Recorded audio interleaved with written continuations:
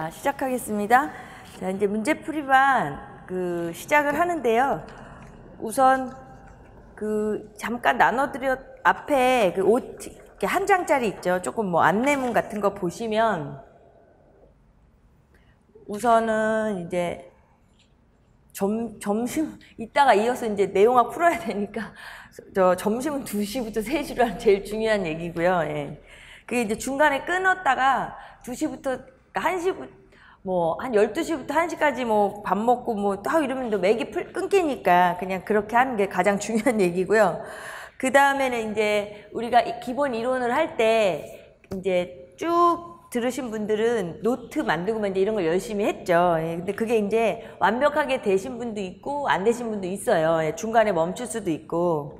그렇지만 이제 일단 어느 정도 좀 틀이 잡혀 있을 수도 있고 아니면 마이 웨이를 하라고 난 아예 안 만들었다 이럴 수도 있어요. 예. 그리고 이제 새로 또 문제풀이에서 다시 합류를 해서 이제 시작하는 사람 아예 그런 게 없을 수도 있어서 지금 제일 중요한 게 이 문제풀이는 그러니까 우리 내용학 하는 거랑 똑같고요. 어렸을 때 공부하는 거랑 똑같아요. 이제 개념을 이게 약간 인문과학이랑 이게 좀 수학 내용학이랑 살짝 색깔은 다르지만 어차피 이론을 이렇게 내가 프로이덴탈 거를 안다, 오스벨을 안다, 이론을 안다고 문제가 자꾸 안 풀리잖아요. 우리가 정의 아는데 데피니션을 아는데 문제가 안 풀리잖아요. 똑같아요. 그러니까 이제 그걸 적용하는 게 이제 가장 중요한 문제풀이 달의 핵심이고요. 예, 그래서 문제를 내용학 아니면 고등학생 기준으로 우리가 얘기해도 양측이라 그러죠. 문제를 풀어가지고 그런 건 정말 중요한 게 아니고요. 예. 우선은 다시 이제 마지막이면서 정말 최종적으로 내가 이제 확실하게 정리를 하겠다. 이게 제일 중요하고요.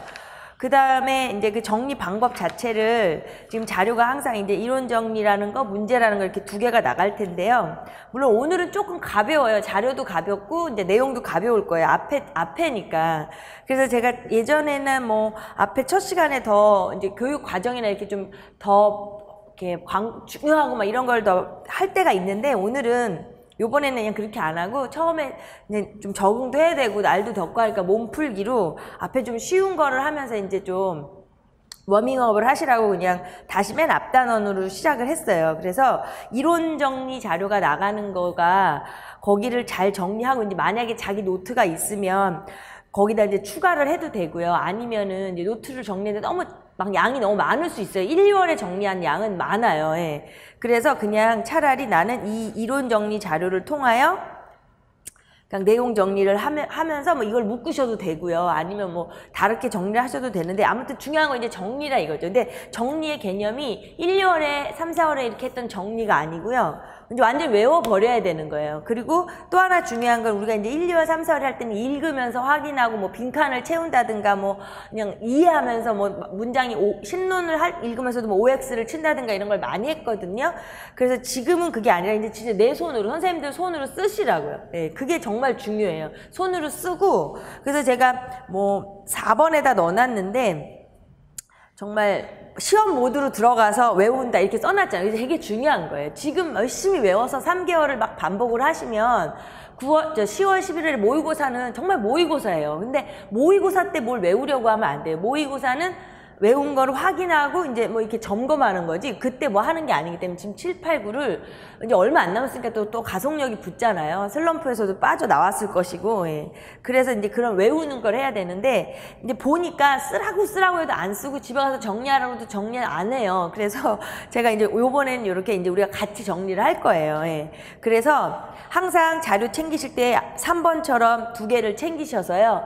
이 2개 항상 챙겨서 이제 새 건 여기 놔두고 하나 이제 수업 듣는 동안에 정리해 가시고 집에 가서 난 처음 보는 자료다 아무것도 안 했던 것 사람처럼 새롭게 하시라 이제 이 말씀이에요. 그래서 지금 되게 중요해요. 이 방법이. 왜냐면 이런 수업을 들을 때 수업하는 선생님들 나중에 이제 학교 가서 하시겠지만 학교 가서 학생들 지도할 때도 마찬가지지만 이제 우리 교수학적 상황이 있잖아요. 내가 가르치고 선생님들이 들으시고 우리 자료가 있고 이제 우리 교실 상황이 있잖아요. 그러니까 그게 잘 맞아 떨어질 때 효과가 크단 말이에요. 그래서 그게 아니면은 어쩔 수가 없는 건데 같이 잘 하기로 해서 이제 수업을 할 거면 우리가 이제 그걸 지켜야 된다는 거예요. 그러면 3개월 동안 정말 진짜 그것만 믿고 한번 해보시면 바보같이. 그러니까 예를 들어 오늘 이제 하고 뭐 하고 집에 가서 복습을 하는데 이제 그 시키는 대로 이제 이따 또 말하겠죠. 이제 그렇게 다 해요. 근데 막 너무 빨리 끝났어. 막 왜냐면 앞에 열심히 했으니까 그랬겠죠. 근데 아니 어떤 사람 너무 오래 걸려. 그럴 수도 있어요. 그냥 그거는 사람에 따라 다르니까 아무튼 그걸 지키려는 거예요. 그걸 지켜서 그냥 요번 주 하고 또 다음 주 하고 그 다음 주 하고 이런 식으로 해서 7월, 8월, 9월이 되면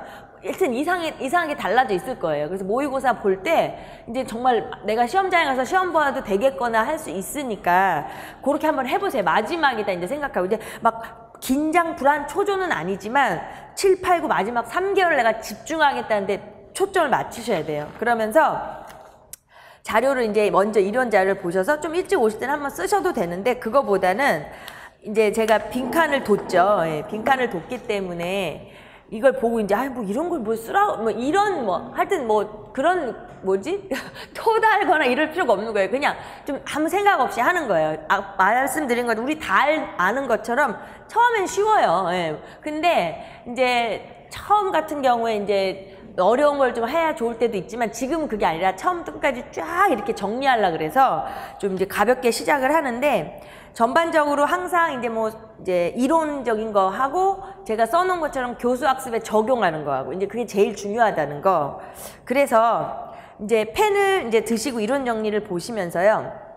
우리가 가장 원하는 건 뭐냐면 그 수학의 특성의 7가지를 외우라 이제 외우고 있죠. 왜냐하면 우리 그 처음 뵐 때도 그랬지만 사실 난 안 외웠어요. 빨리 지금 외우시는 거예요. 지금 이렇게 막 그러니까 이 수업 시간에 문제풀이 할 때는 말하자면 인강도 마찬가지고요. 졸리지 않겠죠. 집중을 해야 된다고요. 최고로 집중을 해서 이제 약간 알긴 아는데 이러지 말고 7가지를 사실 우리가 처음 할 때는 처음에 그것만 외우시라 이랬어요. 그래서 읽으면 알아요. 아, 뭐뭐뭐 이렇게 쭉 읽으면 아, 실용성, 뭐뭐뭐뭐 쭉 읽으면 이렇게 알잖아요. 예. 근데 이제 지금은 그게 아니라는 거예요. 그리고 또 하나는 자신감을 가지고요.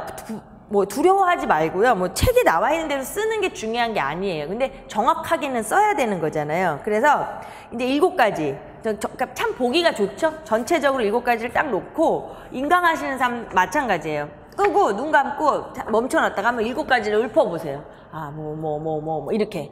네, 그게 바로 수학의 특성인데 수학의 특성은 사실은 전체 시험 문제예요. 이거는 원래 전체 시험 문제가 되는 거라 되게 중요한 건데 자, 그래서 실용성이다 이러면 지금 뭐 정답이 있긴 있는데 이상한 거 뭐 실용적이다 이렇게 쓰면 안 되죠. 그렇게만 안 쓰면 이제 우리가 알고 있는 책에서 배웠던 것들을 이제 정리해 보는 거예요. 그러니까 책에서 있는 거 보고 그러니까 예전처럼 뭐 빈칸을 채우라 그러니까 자꾸 이렇게 읽으면서 빈칸만 하고 이러니까 선생님들 거로 우리가 말하자면 내면화가 안 일어나더라고요. 그래서 정확하게 실용성 하면 우리 이제 7가지의 수학의 특성을 말할 때 핵심적인 것들 이제 만약에 뭐 실용적인 측면에서 뭐 써라 뭐 이럴 수도 있잖아요. 답안을 그렇게 할 때 우리가 써야 할 문구들 이런 것들이기 때문에 이제 그 얘기를 하고 있는 거예요. 그래서 다시 조금 요번에는 우리가 이제 7, 8, 9 문제를 풀기 때문에 막 예전처럼 막 급하게 막 쫓아가거나 이러질 않아요. 그래서 좀 훨씬 더 잘 정리가 될 거예요. 그래서 이제 수학의 특성 나는 7가지를 알아. 다 정리를 하세요. 머릿속에. 나 이거 다 아는데 실용성이라는 말이 나왔을 때 이제 사실은 이제 실용적이고 유용적이다 이런 말이 나올 때 이제 우리가 또 하나 중요한 거는 이것에 대해서 이제 교수학습 방법하고요.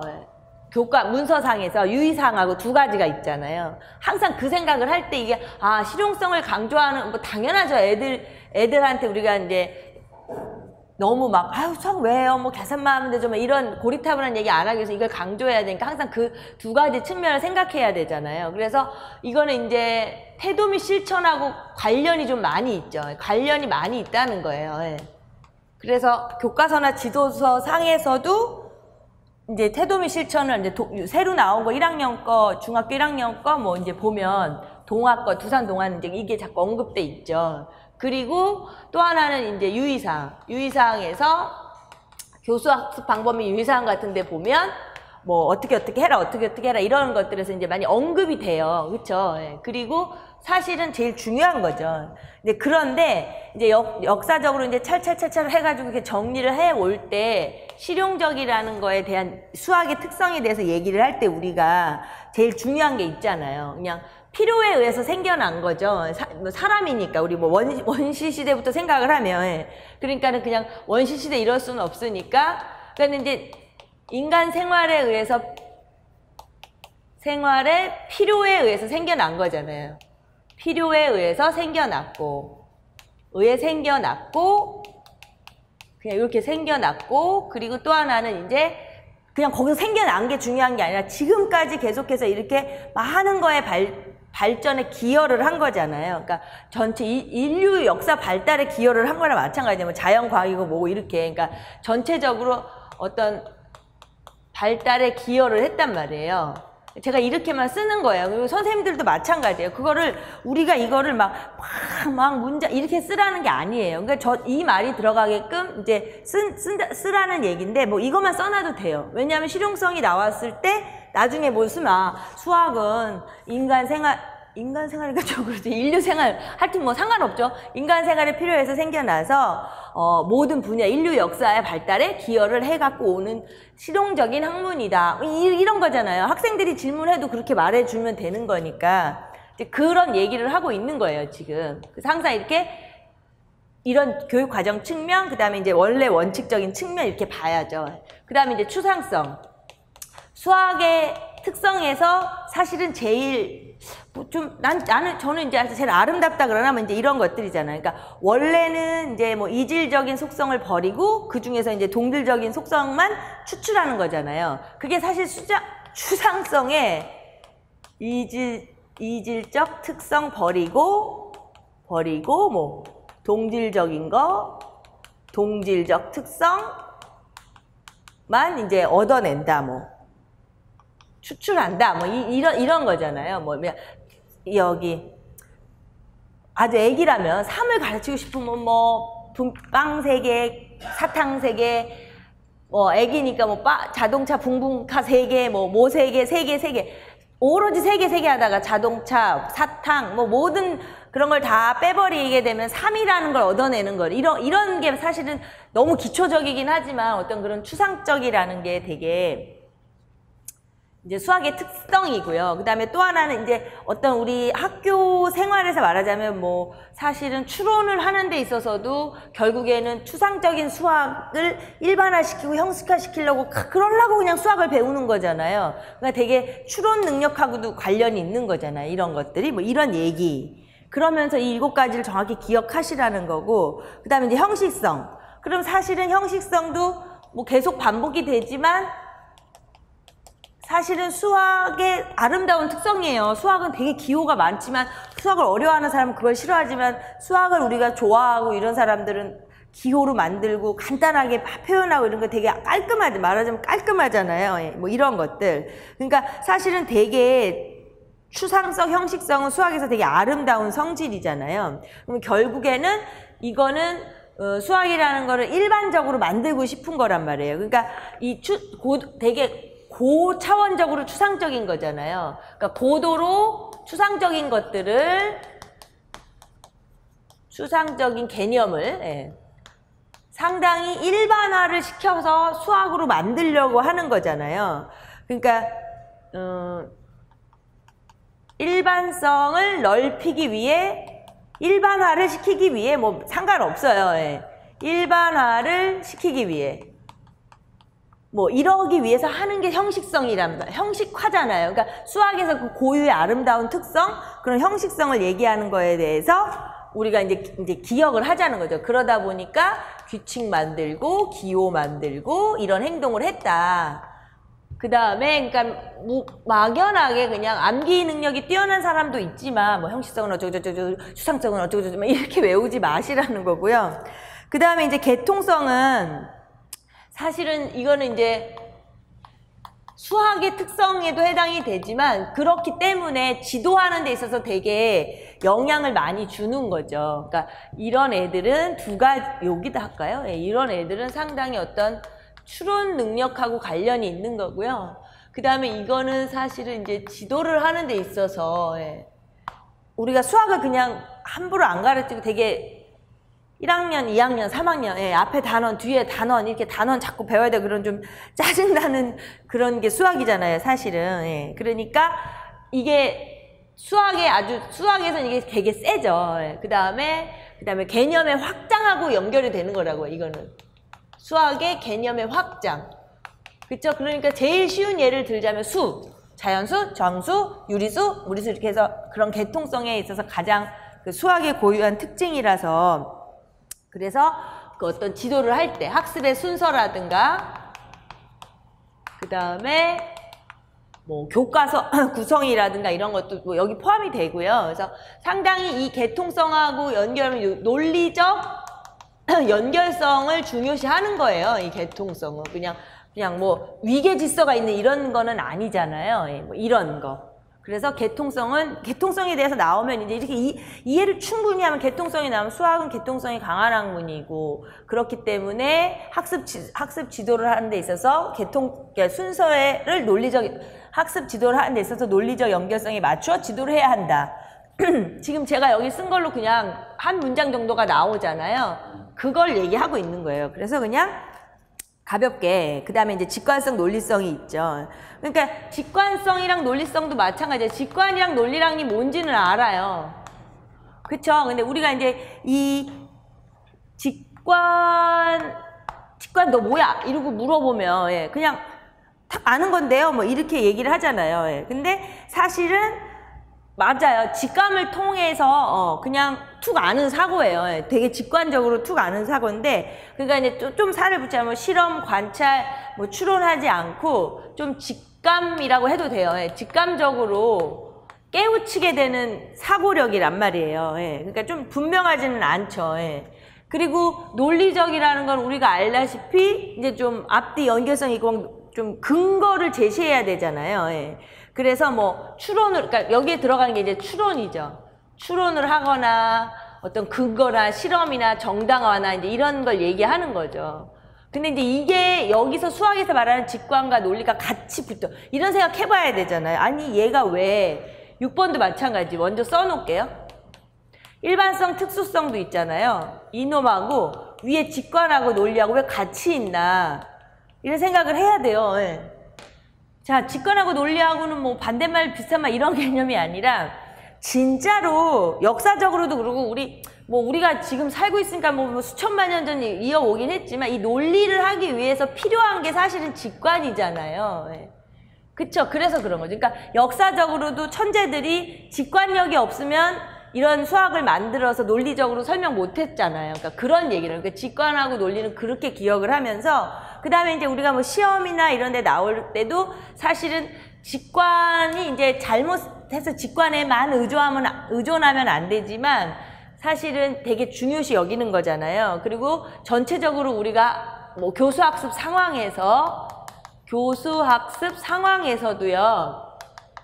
사실은 뭐 우리가 이제 중등 이상 중학교, 고등학교 학생들을 지도하는 데 있어서의 스타트는 항상 되게 직관이잖아요. 그러니까 그런 직관에 해당하는 게 뭐 실험 이제 애들에게 이제 어떤 제일 시각화 이게 이제 제일 애들한테 직관하게 좋죠. 뭔가를 보여주면서 직관적으로 오늘 배울 내용이 뭐야? 뭐 이걸 이렇게 깨닫게 한다든가 이런 거를 보는 거라 결국에는 그래서 뭐 내용 공부를 해서 전체적으로 오늘 논리적으로 이 논리가 다 생성이 되는, 그러니까 이게 되게 중요한 거죠. 이 5번이 결국에는 수학의 본질이에요. 그 안에 논리로 가기 위하여 뭐 추상성이나 형식성이나 기호를 만들어야 되고 뭐가 들어가고 어쩌고 이렇게 되는 거잖아요. 그리고 결과적으로 그 과정 중에 이걸 좀 중시해야 되고 그리고 그렇게 해서 만들어낸 수학이 실용적이기도 하고 뭐 이런 거기 때문에 사실 이게 되게 중요한 거죠. 그래서 이제 그런 얘기로 기억을 하고 그다음 이렇게 해서 이해해서 기억하면 이것까지 안 까먹어요. 그냥 공부하는 사람처럼 이러면 까먹어요. 그러니까 그러지 마시고 그 다음에 일반성, 특수성도 마찬가지잖아요. 일반성이라는 뜻은 알아요. 왜냐하면 우리가 어떤 일반적이라는 것만 하나의 딱 개념이 있고 하나의 대상이 있어요. 그럼 거기서부터 이제 그거를 포함하는 전체적인 이런 집합을 이제 고려하는 거고, 특수는 이제 말하자면 좀 반대라기보다는 좀 더 구체적으로 들어가는 거잖아요. 그러니까 사실은 이것도 마찬가지로 그 수학 자체에서 되게 어떤 뭐 예를 통해서 예를 간다 이거보다는 사실은 수학에서는 얘네 둘이가 되게 대등하면서도 중요한 거잖아요. 예, 결국에는 특수한 경우가 있고 일반 경우가 있고 이러니까 사실은 이제 그런 그 수학의 어떤 되게 중요한 얘기를 하고 있는 얘기고요. 그러니까 내가 일반성이 나오면 뭐 일반성이 뭐다 이렇게 쓸 일은 거의 없을 거예요. 특수성이 뭐다 이렇게 쓸 일은 없는데 우리가 이제 일반성이 뭔지를 아니까 결국에는 일반화로 가기 위해서 사용을 해야 하는 이런 성질들, 하나의 대상의 고찰로부터 전체적인 포함하는 전체 집합의 고찰로 가느냐, 그 다음에 다 이제 전체에서 깨알같이 가느냐 이런 차이가 있는 거고, 그 다음에 이제 이상성이 나오면 이제 되게 이게 우리 뭐 이상적이다, 뭐 꿈, 뭐 이런 생각을 하면 안 되고요. 예. 이거를요, 약간 느낌상 되게 단순화, 경제적 이런 생각을 해야 돼요. 단순화. 그러니까 수학이 상당히 경제성이 있는 학문이야 이러잖아요. 그러니까 막 긴 말 하려면 막 말로 하려면 이렇게 10줄 써야 되는 거 한마디로 말할 수도 있잖아요. 기호를 사용하면.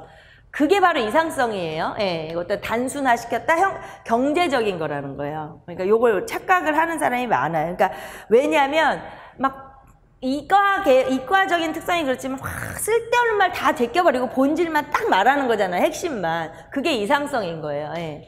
그래서 여기 뭐 길게 볼 건 없지만 이러한 수학의 특성은 이제 시험 문제로 봤을 때 아까 같이 교수학습 상황에 모두 내포될 수 있는 문제예요. 뭐 그냥 문제 만들다가 서술형 문제 만들다가 이제 뭐 수업 상황이 있으면 뭐 아무개 선생님 수업에서 뭐 수학의 특성 중에서 뭘 좀 많이 강조하는 사람 같으냐 이렇게 낼 수도 있고요. 뭐 어떤 애들이 뭐 특별히 뭐가 발달된 것 같으냐, 수학의 특성 중에서 반드시 수학의 특성 중에서 이런 말을 할 거예요. 문제는. 그러니까 중요해요. 사실은 되게 중요한 거예요 이게. 그래서 사실은 이제 문제들이 이제 좀 조금 유형이 바뀌다 보니까 그랬는데 많이 중요한, 그러니까 왜 중요하냐면 폭넓어요. 어디든 나올 수 있고 뭐 다 접목이 될 수 있어요. 예. 그래서 그렇기 때문에 처음에 한번 이렇게 정리를 하니까 7가지 다시 한번 머릿속에 넣어 두시고요. 자, 그래서 항상 오늘도 그렇지만 다음도 그렇고 이렇게 앞에 정리를 천천히 하고 문제를 뒤에 보시면 문제는 되게 금방금방 확인이 되실 거예요. 자, 그 다음에 이제 수학 교육의 목적이죠. 그래서 이제 이 수학의 특성하고요, 수학 교육의 목적하고요, 헷갈리는 경우도 있어요. 근데 이것도 지금 제가 뭐 사실 중요한 것만 하는 거예요. 예. 조금 저기 한 것들은 좀 빠질 수도 있는데 수학 교육의 목적은 뭐 무조건 중요하죠. 중요한 거잖아요. 예. 그래서 다시 이제 자료 보시면 왼쪽에 제가 4가지를 써놨죠. 눈 감고라도 수학교육의 목적 뭐였지? 수학교육의 목적 뭐였지? 뭐 이렇게 생각을 하시고요. 알고 있어야 돼요. 마찬가지예요. 이것도 교수학습 상황하고 연계돼서 문제에 나올 수가 아주 높아요. 교수학습 상황에 문제를 출제하기가 저 1번 특성이랑 이 목적은 아주 중요하다고요. 그냥 수업 상황 놓고 나서 지금 뭐 김 교사의 수업 안에서 어떤 수학교육의 목적이 뭐 이렇게 되고 있느냐 뭐 이렇게 하는 거니까 무지하게 중요한 거예요.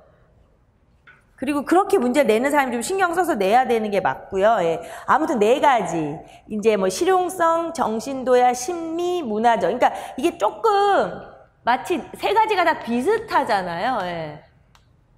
실용성, 그쵸? 그 다음에 정신도야, 그 다음에 심미적, 그 다음에 문화적. 뭐 이렇게 있죠. 심미적, 문화적. 심미적, 문화적.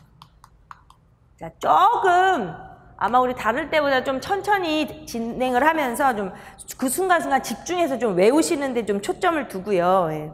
자, 아무튼 실용성이라는 거는 이제 자 되게 중요한 거예요. 아까 수학의 특성에서의 실용성하고는 다른 거예요. 왜냐하면 이거는 목적이기 때문에 우리가 이제 이것 때문에 수학을 지도한다 이거잖아요. 이것 때문에 수학을 가르치는 거, 뭐 전 세계 똑같이 그러는 거잖아요. 그러니까 항상 두 가지 측면으로 이렇게 생각을 하면 되는 거죠.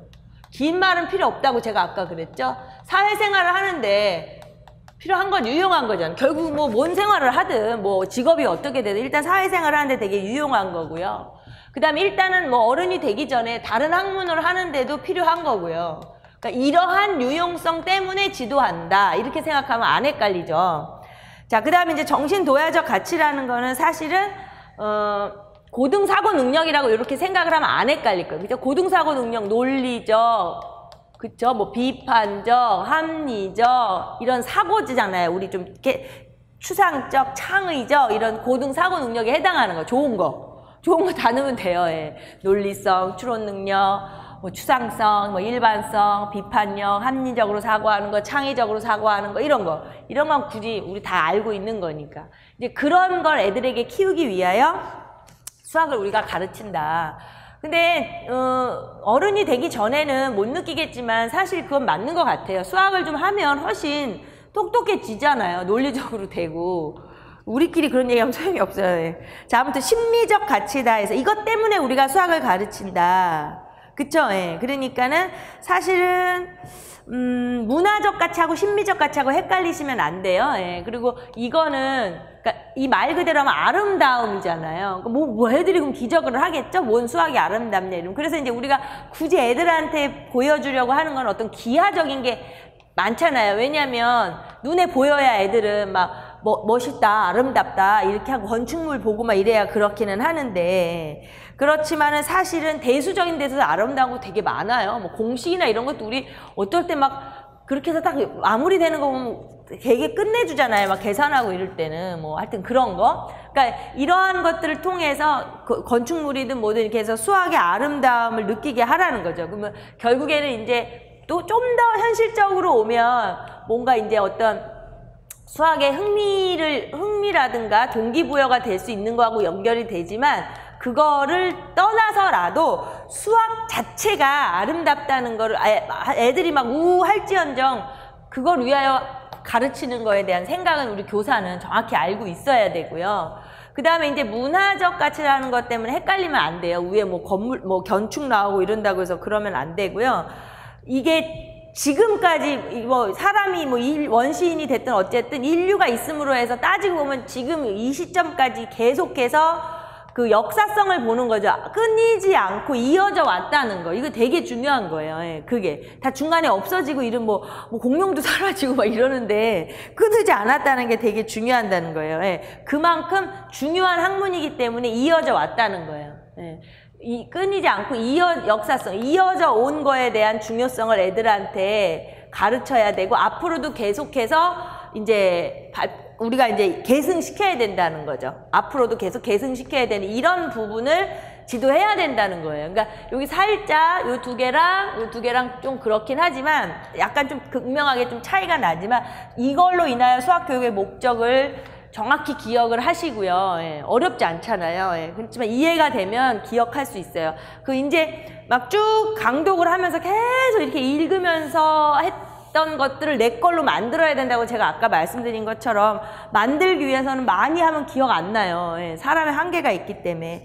그러면서 다시 한번 이제 지우니까 이 두 가지는 교수학습 상황에서 계속해서 시험 문제에 출제가 될 수 있는 내용이니까 더 나빠요. 뭐 누구 이론이야 이러면 외워서 딱 그걸 기억하면 되는데, 이런 거를 어떤 전체적으로 베이스가 깔려서 출제가 되면 내가 가져다 써야 되는 거잖아요. 뭐 어떤 수업 상황 안에서 어떤 이제 그 교사가 수학 교육의 목적 중에서 어떠한 것을 실천하고 있는지 써라 이러면 그냥 심리적 가치를 실천하고 있다 이렇게만 쓰면 안 되잖아요.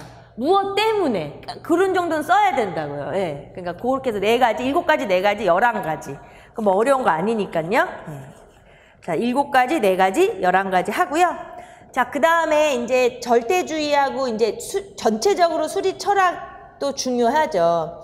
근데 이제 수리 철학은 또 나오죠. 왜냐하면 이제 똑같아요. 똑같은 얘기인데 전체적인 수리 철학이 수학에 우리가 이제 수학을 지도하고 가르치는 역사에 있어서 이렇게 흘러내 문화적 가치가 있는 거는 그렇게 무슨주의 뭘 외치고 이런 사람들이 다 해서 이렇게 그걸 시대의 흐름을 따라서 이렇게 내려온 거잖아요. 그러니까 그 수학 교육에 이제 근대화, 현대화를 오기 전에 아주 조금 오래 전이긴 해도 그때 그런 것들이 없으면 맥이 끊겨버려서 안 되기 때문에 사실 이것도 이제 현실하고 조금 문제는 있어요. 왜냐면 뭐 절대주의니 뭐 이게 좀 옛날 거는 현실 교수학습 상황하고 수리 철학하고의 연결 짓기가 조금 무리가 있어요. 그러니까 우리가 대신에 이거는 더 좋은 게 뭐냐면 지금 오늘 우리가 살펴보겠지만 뭐 라카토스나 또는 구성주의나 요 정도 그쵸 뭐 이러한 것들이 이제 시험에 나올지 다른 걸 내기는 어렵잖아요. 너무 고전적이고 그래서 이제 거길 더 우리가 집중적으로 보는 거고 계속 시험에 나오고 있고요. 예. 그러다 보니까 요거에 배경이 되는 애들을 안 살펴볼 수가 없어요. 그래서 그런 것들은 제가 그냥 더 써놨고요. 그래서 결과적으로 이제 지금 얘기한 것처럼 항상 우리가 알고 있는 것처럼 이제 전체적으로 뭐 비유클리드, 유클리드 이런 걸 나누던 그 고려장 얘기들이 있지만 그래도 되게 중요한 거죠. 예. 아무튼 그렇게 되는 절대주의, 상대주의 두 가지로 나누었을 때 이제 비유클리드 이전은 플라톤주의가 되고 그 다음에 여기 있는 것처럼 뭐 논리, 직관, 형식을 나누는 게 유클리드와 비유클리드잖아요. 그리고 이제 그 이후에 준경험주의, 구성주의 게 나왔다는 이건 흐름을 모르면 안 돼요. 예, 전체적인 흐름을 알아야 되고 그래서 참고로 제가 그 자료 맨 뒤에 있어요. 그쵸? 예, 그래서 그거 참고 이렇게 이건 다 정리해놨는데 우리 할 건데 나중에 보시라는 거. 이것처럼 전체적으로 항상 머릿속에 어떻게 됐고 우린 수학 선생님이니까요. 뭐가 돼서 이렇게 전체적인 이 흐름 이제 거기 뒤에 표를 만들어 놨고요. 그리고 또 그러한 것들은 또 제가 써놨고요. 그래서 이제 그러한 상황이 있을 때 그 다음에 이제 준경험주의에 가서 아까 얘기한 것처럼 우리가 이제 시험에서 나오고 있고 다뤄지는 걸 현실하고 관련이 있어야 되잖아요. 학생들의 교수학습 상황하고. 그래서 이제 그런 얘기를 할 거예요. 그래서 거기에 준경험주의에서 이제 원래 경험주의, 핵심적으로 말하면 경험주의자들이 뭐 경험적인 기원이다, 경험적인 타당성이다, 그 밑줄 친 것처럼 그런 걸 이제 주장을 한 거죠. 예, 그랬을 때 그거에서 그 경험주의자들의 어떤 그 논리 철학에다가 이제 수학하고 이제 쉽게 말하면 수학하고 짬뽕을 시켜서 수리 철학이라는 걸 다시 이렇게 정리해서 준경험주의라고 해서 한 게 이제 라카토스가 그렇게 했다라고 그 밑에 이제 제가 밑줄 친 것만 지금 보고 있어요. 예, 그렇게 이야기를 해서 뭐 라카토스에 대한 설명을 써놨고요. 자, 그러면 또 이제 요령을 이제 뒤에 보시면, 자, 라카토스 앞에는 이제 원론적인 얘기를 한 거고요. 이제 라카토스 준경험주의야. 이러면 선생님 머릿속에요. 라카토스 준경험주의야. 이런 생각을 하시면서 다 알아요. 뭐, 추측, 뭐, 반박, 뭐, 이게 지금 우리가 공부를 열심히 해서 아마 머릿속에 다 있을 거예요. 지금, 그러니까 제일 중요한 게 이건 좀 관련 있는 내용이에요. 수교는 중요한 얘기죠. 중요한 얘기인데 이게 뭘 비우라고 막 그러잖아요. 뭘 비워야 된다. 채우려면 비워야 된다. 그 진짜 맞아요. 예. 공부도 마찬가지예요. 공부를요 계속 많이 막 여기 머릿속에 넣는다고 공부가 잘 되는 게 아니에요. 진짜로. 그래서 이제 하반기를 우리 시험에 임박해서 다가갈수록은 뭘 비우라는 게 까먹으라는 게 아니고요. 이렇게 정리를 하라는 거죠. 우리 이제 공부해서 비우라는 건 정리를 하라는 거죠. 근데 뭐 마음을 뭐 그런 거 있잖아요. 옛날에 유명한 스님도 뭐 무소유를 주장하시니까 스님이 하도 답답하니까 무소유하고 게으름을 혼돈하지 말라 그랬잖아요. 무소유하니까 나는 다 필요 없어 이러면 안 되는 것처럼 버리라는 개념이 우린 정리를 해야 돼요. 지금 더 이상 막 머릿속에 막 집어넣을 건 없어요. 머릿속에 있는 걸 꺼내서 다시 정리해야 돼요. 그래서 라카토스 준경험주의의 특징이 뭐야? 라고 하면은 그냥 나 라카토스 알긴 알아. 뭐 추측도 하고 오류를 수정하고 개선하잖아. 이런 게 아니라고요. 그거는 지금까지는 그렇게 했어도 이제 정리를 해야 된다고요. 그럼 거기 보시면 잡다한 추가 설명을 그냥 써놨지만 최소한 우리가 그건 다 알아야 된다고요. 5가지. 그쵸? 예. 거기서 라카토스 준경험주의의 5가지. 그래서 밑에를 읽어보지 마시고 뭐 일단 지금 2번으로 이렇게 해놨나요? 그래서 첫째 해놨나요? 네. 네, 그래서 밑에 읽으면 답이 다 나오니까. 근데 뭐 읽어도 되고요. 되는데요. 일단은 제일 중요한 거잖아요. 첫 번째 이유가 그 특징이 수학이 잘못될 수도 있어. 이런 거 절대적인 게 아니야. 그러니까 수학적 지식이 오류 가능하다라는, 수학적 지식은 오류 가능하다. 수학적 지식은 오류 가능하다. 그리고 지금 제가 이렇게 빈칸해서 선생님들 같이 쓰시라고 하는 거는요. 그거를 써야 되는 상황이 올 수 있는 것들만 다 이렇게 빵꾸 뻥뻥 뚫어놓은 거예요. 예, 써야 되는 상황이 오는 걸 하지. 안 그러면 팔 아프고 힘든데, 그죠? 그거 하라는 게 아니에요. 그래서 일단 수학적 지식이 오류 가능하다라는 거. 그 다음에 수학은 되게 가설적 연역이라고 얘기했죠. 가설적 연역이다. 그 다음에 셋째. 그 밑에 이제 설명들은 설명인데요. 예. 그 다음에 역사가 중심이다. 역사가 중심. 그 다음에 넷째. 수학은, 형식성 이런 걸 그 절대적인 데서는 되게 강조했지만 비형식적 수학의 중요성 중에서 비형식성이 강조된 거죠. 수학은 비형식성, 그러지 말고 비형식성의 중요성이 강조됐다 이렇게 쓸게요. 중요성이 강조되고 있다. 그 다음에 다섯 번째가 지식 창조를 하는 거죠. 말하자면 지식 창조. 지식 창조에 이론이 뭐 포함되어 있다. 이래도 되고요. 근데 우리가 중요한 거는 사실은 키워드가 이런 거잖아요. 이렇게 정확하게 지금 이렇게 딱 그렇게 해서 그것만 기억을 하자는 거죠. 많이 기억 못해요. 까먹어요. 오류 가능하고 가설적 연역이고 여기 밑에 설명들은 있지만 역사 중심이고 비형식성이 강조됐고 지식 창조가 됐고 여기 5가지만. 그 밑에 설명이 나는 버거워. 그러면 5개만 정확히 기억을 하세요. 전체적으로 이제 이런 준경험주의의 특징이에요. 준경험주의. 구체적으로 사실은 이제 그 문제 상황에서 적용하는 게 아니라서 약간 뭐 지금 이렇게 진짜 그야말로 이걸로 추상적일 수가 있는데 그래도 일단 저러한 그 주장을 하는 사람들이 이제 이렇게 만들어낸 걸 우리가 적용하는 거잖아요. 그래서 뒤에 한번 보시면 이제 그래서 이제 우리 수학에다가 수학은 오류가 충분히 오류가 가능한 거고 절대적인 게 아니니까 이제 수정을 해서 지식을 재창조해야 된다라고 주장하는 거잖아요. 그래서 이제 뒷장 보시면 라카토스 증명과 반박 이랬어요. 그래서 이제 우리가 알다시피 배경은 이제 포퍼로부터 거기에 오류주의로부터 이제 발단이 되는 거죠. 예, 발단이 되죠. 그리고 또 하나는 폴리아. 근데 이제 포퍼는 그냥 우리가 알아두면 되고요. 예.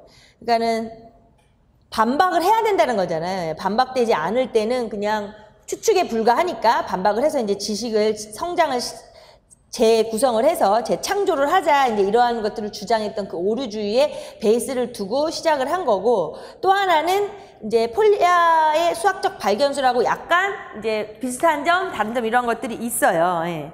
그래서 폴리아를 하면 이제 폴리아의 지금 거기 나와 있는 건 폴리아의 수학적 발견술만 얘기하고 있는 거예요. 예. 2번이죠, 2번. 폴리아의 수학적 발견술에 대해서 얘기를 할 때 이 사람의 주장을 말하는 거죠. 근데 우리가 제일 잘 알고 있는 폴리아의 문제 해결. 말 그대로 문제 해결이잖아요. 그러니까 이 사람은 문제 해결을 좋아하는 거지. 그렇게 생각하시면 돼요. 문제 해결을 좋아하는 사람이기 때문에 해결에 좀 관심이 많은 거예요. 그러니까 뭐 요즘 말로 하면 애들 말로 하면 빨리 답 찾아서 끝내는 이런 어떤 해결이 지금 초점인 거예요. 그렇다고 과정을 무시하는 건 아니지만, 예. 그러니까는 문제 해결 교육에 우리가 이제 알다시피 이 사람은 문제 해결 교육의 중요성을 강조했어요. 그런데 그러니까 너네 그럼 그걸 어떻게 해결을 할 거냐. 그런데 거기에서 필요한 걸 어떻게 할 거냐라고 했을 때, 뭐가 필요하냐면 귀납도 필요하고 유추도 필요하고 이러한 그냥 뜬금없이 해결하는 게 아니라 발견적 사고가 필요하다고 했어요. 그죠? 이러한 것들은 다 엄청나게들 지금 중요한 용어들은 되게 중요한 거예요. 진짜 쓰면서도 아 중요하다 그러고 있어요. 그러니까 이제 조금 약간 방법론적, 실제적인 게 더 가까운 거죠. 예, 이제 이렇게 주장을 한 사람이고, 근데 여기서 오해하면 안 돼요. 귀납, 유추, 만종양 이걸 많이 강조한 거예요. 학생들이 문제 해결에 초점을 맞추다 보니까 귀납 쪽에 더 관심을 갖게 된 거예요. 그러니까 사실은 계속해서 이제 문제를 풀고 있는 과정, 그러니까 말하자면 여기서 표현을 한 발견 과정은 그러면 이제 가고 있는 거잖아요. 해결을. 그러면은 말하자면 이제 이거를 귀납적 과학이다. 뭐 이렇게 표현을 했고요. 그 다음에 이제 뭘 딱 개념 획득을 했어요. 이런 내용이구나. 이제 뭐가 어떻게 됐어. 그래서 사실은 이제 수학적 결과죠. 수학적 결과. 해결돼서 수학적 결과물. 그쵸? 이제 무슨 개념이면 개념이고. 뭐 다른 말로 하면 이걸 또 완성된 수학이라고 표현해요. 폴리아가 그랬고. 완성된 수학. 자, 이걸 우리가 이제 연역적 과학이라고 표현을 해요. 그래서 이 사람이 오해하면 안 돼요. 귀납만 강조하고 연역을 안 해요. 이건 아니에요. 그래서 요러한 지금 두 가지, 라카토스는 첫 번째 포포의 오류주의 베이스를 깔고 영향을 좀 받고 폴리아의 수학적 발견수와 더불어서 라카토스가 이제 주장을 한 건 박스를 제가 해놨죠. 박스를. 예. 그래서 사실은 지금 한 거를 왼쪽에 박스에 핵심적인 것만 하라는 거예요. 폴리아 거하고 이제 라카토스를 할 건데, 그러니까 말하자면 이렇게 표현을 안 그리고 번호만 할게요. 첫 번째, 지금 얘기한 것처럼 문제 해결 방법을 찾는 데 초점이 있다고요. 누가? 폴리아. 문제 해결 방법 찾는데 이제 초점 다 써야겠네요. 끊어지면 이상하니까 여기에 초점이 있고, 그러면서 이제 그 과정에 이 문제 해결 방법을 찾아가면서 맞아 틀려 이렇게 과정으로서 이제 계속해서 찾아가는데 초점이 있는 거고요. 예. 두 번째는 그러다 보니까 이제 이 사람이 아까 여기서 뭐 귀납, 유추하는 발견적 사고를 통하여 하자고 했지만 이제 구체적으로 학생들에게 뭘 해야 되잖아요. 그럴 때 이제 강조했던 게 뭐 발문, 권고 이런 거를 강조한 거고, 조금 전에 얘기한 것처럼 어떤 귀납적 사고를 좀 더 이렇게 귀납적 논리, 귀납적 추론, 귀납적 사고 이걸 강조한 거예요. 그러면서 이제 비교를 해보자는 거죠. 라카토스는 우리가 알다시피 뭐 지식은 오류가 가능하니까 언제나 수정해야 되고 뭐 이런 얘기를 했어요. 근데 요렇게 볼 때 그러니까 추측, 그쵸? 추측을, 이제, 반박된 추측을 개선하는 거. 그러니까 간단하게 이렇게 하면 여기는 이제 문제 해결 방법을 찾냐, 안 찾냐, 이거고, 여기는 이제 추측을 개선하냐, 안 하냐, 이게 이제 큰 차이점. 이제 두 개만 지금 비교하는 상황이니까. 그러면서 사실은 이제 두 번째, 이제 이 사람이 귀납 논리를 부정을 하긴 했어요. 그러니까 여기서 헷갈리시면 안 돼요. 그게 이제, 왜냐면 그렇다고 아예 안 하는 건 아니고 귀납이라는 거에서 빨리 빠져나와서 연형으로 얼른 건너가자 뭐 이런 생각을 한 거예요. 그냥 귀납은 거의 고려하지 말자 뭐 이렇게 주장을 했던 거예요. 예. 그래서 귀납을 부정을 하면서 이제 강조했던 게 사고 실험을 한 거죠. 얼른 사고 실험 연형이죠. 이거는 하나의 증명이 되니까. 그래서 이제 이렇게 주장을 한 요 차이점 이렇게 비교하시라는 거고. 흐름을 놓치면 이거는 암기가 되면 절대 까먹으니까 지금 왜 라카토스는 경험주의에서 중경험주의로 경험주의에다가 자신이 수학적인 것을 짬뽕시켜서 중경험주의 수리 철학을 이제 만들어냈죠. 예, 그래서 그 사람에 대한 이제 증명 반박 이론은 좀 이따 보겠지만 전체적으로 이론적인 건 포포의 오류주의 베이스를 깔고 그다음에 수학 폴리아도 영향을 받아가면서 서로의 차이점 이렇게 얘기를 하고 있는 거예요. 그래서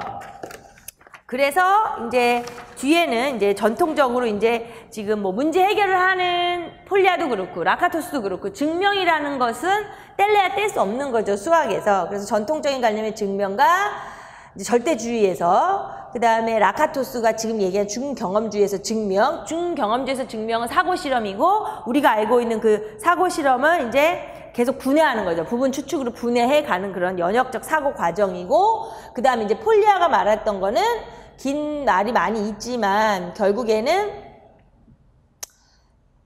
증명의 진하게 좀 해놨죠. 증명의 상대적 성격을 받아들이고 중고등학교 학생들에게 증명을 제시할 때는 데카르트의 생각에 보다 좀 가깝게 되지 않겠느냐. 데카르트는 위에 보다시피 직관의 연계라고 이제 얘기를 했는데, 이제 그게 현실적으로는 맞아요. 현실적으로는 이제 라카토스 스타일로 수업을 하면 어렵죠. 현실적으로는.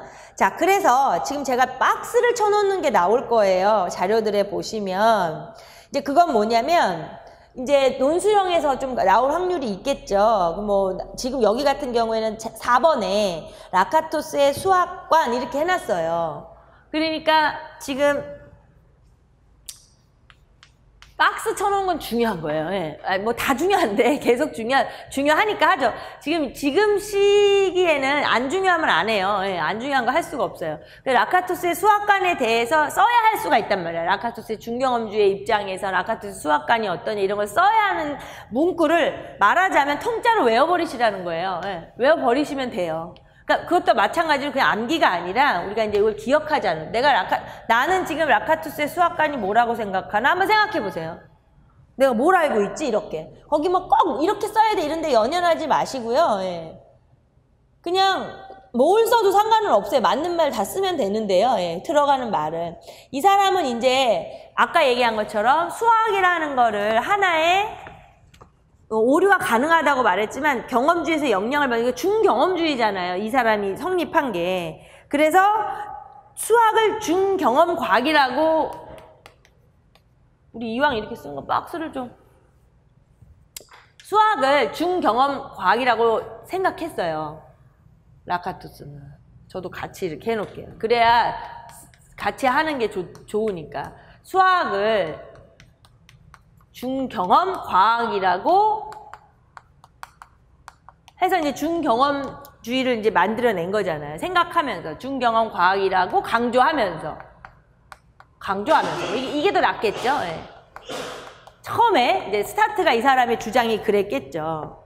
그 다음에 그 하나씩 찾아가는 거. 그러니까 여기서 계속 라카토스나 폴리아나 이 발견술이 되게 중요해요. 그러니까 수학적 발견술, 그러니까 수학적 발견의 논리야. 그러니까 뭐 수학적 그런 얘기 반복이 되니까 발견의 논리와 그 다음에 이 사람이 말하는 건 이제 사실은 역동성을 강조한 거예요. 계속 뭐 수업상에서 선생님 이건 뭐 이래요, 이거 아니면 어떻게 해요, 저 어떻게 해요? 계속 반박하고 추측하고 또 그걸 해결하고 개선하고 이런 거잖아요. 예. 그래서 논리와 역동성을 중시하였다. 지금 그리고 이 박스까지 쳐놓은 이유는요, 요 통짜로 아래 답안에 사용하시라는 거니까, 우리가 기억하자는 거니까 약간 좀 말을 그동안에 이렇게 했던 것보다는 세련되게 해야 되니까 어쩔 수 없죠. 그 다음에 수학은 뭐 문장을 맺고 싶으면 또한 뭐 이렇게 할까요? 수학은 자, 여기서 중요한 건 발견의 논리, 역동성 이런 게 있고요. 우리가 알고 있는 것처럼 증명과 반박의 논리에 의해 증명, 반박이 빠지면 안 되죠. 증명, 반박의 논리에 의해, 그쵸? 증명, 반박의 논리에 의해 계속 개선을 하는데 그냥 개선할 수는 없는 거고, 끊임없는 비판을 통하여, 희응이 들어가나요?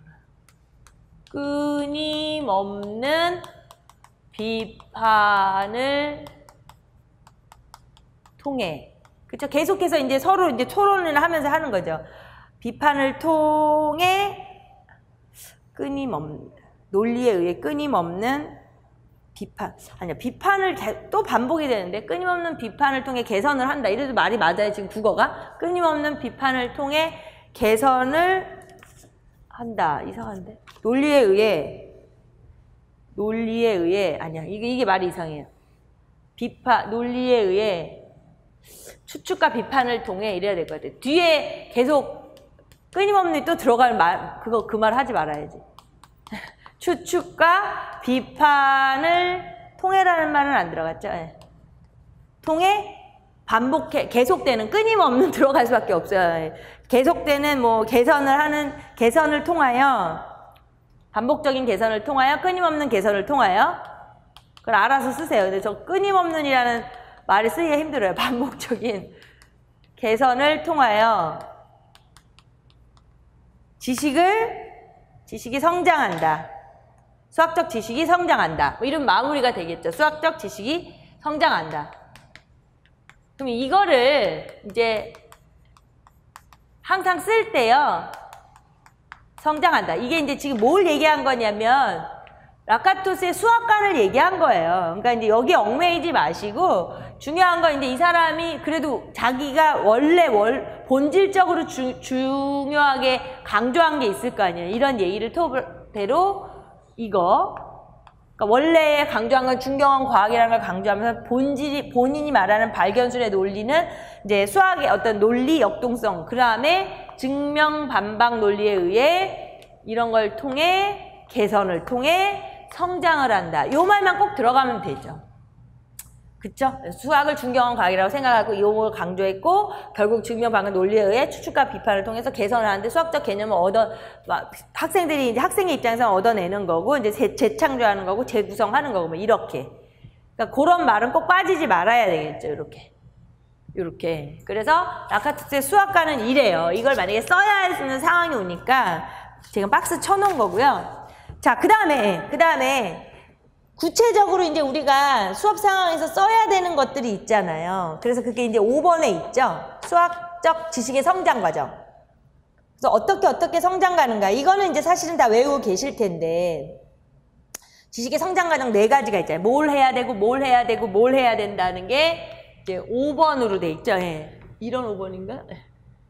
그래서 첫 번째 뭘 하고, 두 번째 뭘 하고, 세 번째 뭘 하고, 네 번째 뭘 하고. 그러니까 제일 중요한 게 첫 번째, 일단 뭔가 발표 애들이 뭐라고 말해야 돼요. 그죠? 수학적 추측이 나와야 되잖아요. 예. 말로 쓰자면 수학적 추측 제시. 수학적 추측을 제시해야 돼요.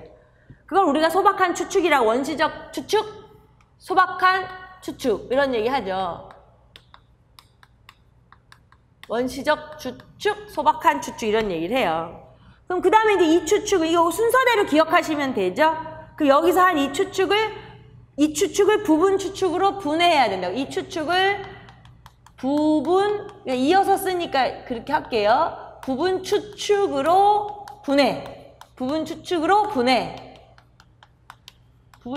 분해한다. 그게 이제 뭐 사고 실험이 됐든 증명이 됐든 증명, 사고 실험. 그러니까 이쪽을 기억을 해도 괜찮은 거죠. 이렇게.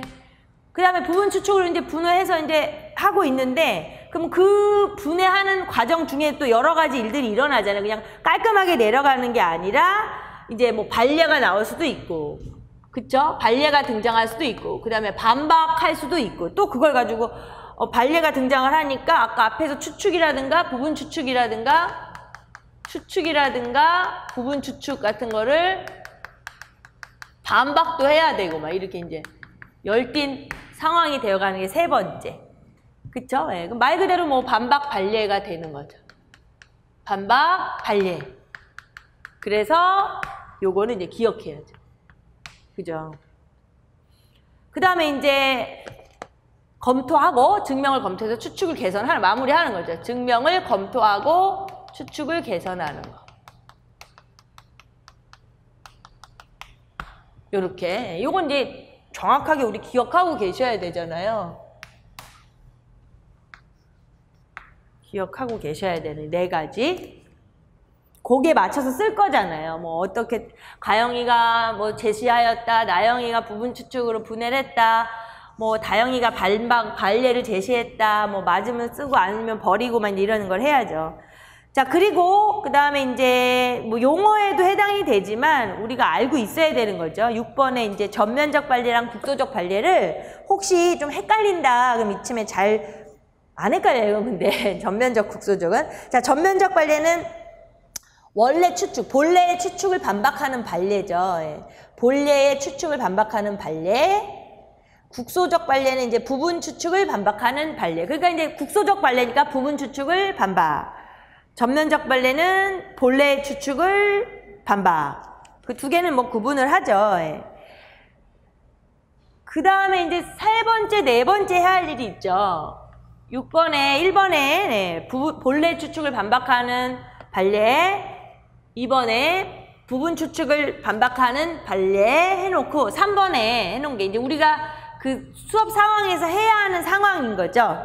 국소적 반례지만, 그러니까 부분 추측을 반박하지만 전면적 반례는 아닌, 뭐 원래 본래의 추측을 반박하는 반례는 아닌 거. 그러니까 국소적 반례가 발견이 된 거예요. 그럼 국소적 반례는 그 수업하고 과정, 이게 하나하나 증명해 나가고 있는 과정 중에, 그러니까 들어갈 말, 써야 할 말이 증명의 비판을 하고 있는 거잖아요. 이어서 쓸 말이 증명의 비판이지, 원래 본래 추측의 비판이 아니잖아요. 본래 추측의 비판은 아니다. 국소적 반례가 발견이 되면 완전히 전체를 다, 전체 명제를 뒤엎어버릴 필요는 없는 거잖아요. 그러니까 이러한 국소적 반례가 발견이 됐을 때는 뭘 해야 되는 거냐면 그냥 부분 추측만 개선을 하면 돼요. 우리가 할 일이, 학생들이, 교사가 이제 같이 부분 추측을 개선하면 되는 게 방법이고, 네 번째, 이제 반대로 전면적 반례가 발견이 된 거죠. 국소적 반례는 아닌 거. 전면적 반례가 등장할 경우 그냥 어쩔 수 없죠. 본래 추측, 원래 추측. 똑같은 말로 쓸까요? 본래 추측을 개선해야죠. 본래 추측을 개선한다. 바로 본래 추측을 개선을 하면은 이제 개선한다. 사실은 바로 수학적 지식을 얻게 되는 거죠. 본래 추출 개선해서 끝! 맞았어! 이렇게 되는 거잖아요. 그러니까 그 해야 할 일을 말하는 거예요. 6번에. 그래서 그런 것들은 우리가 써야 하기 때문에 이제 기억을 해야 되고요. 구체적으로 이제 뒤에서 문제에서 있다가 한번 써보면 이렇게 보고 쓰면 다를 거예요. 네.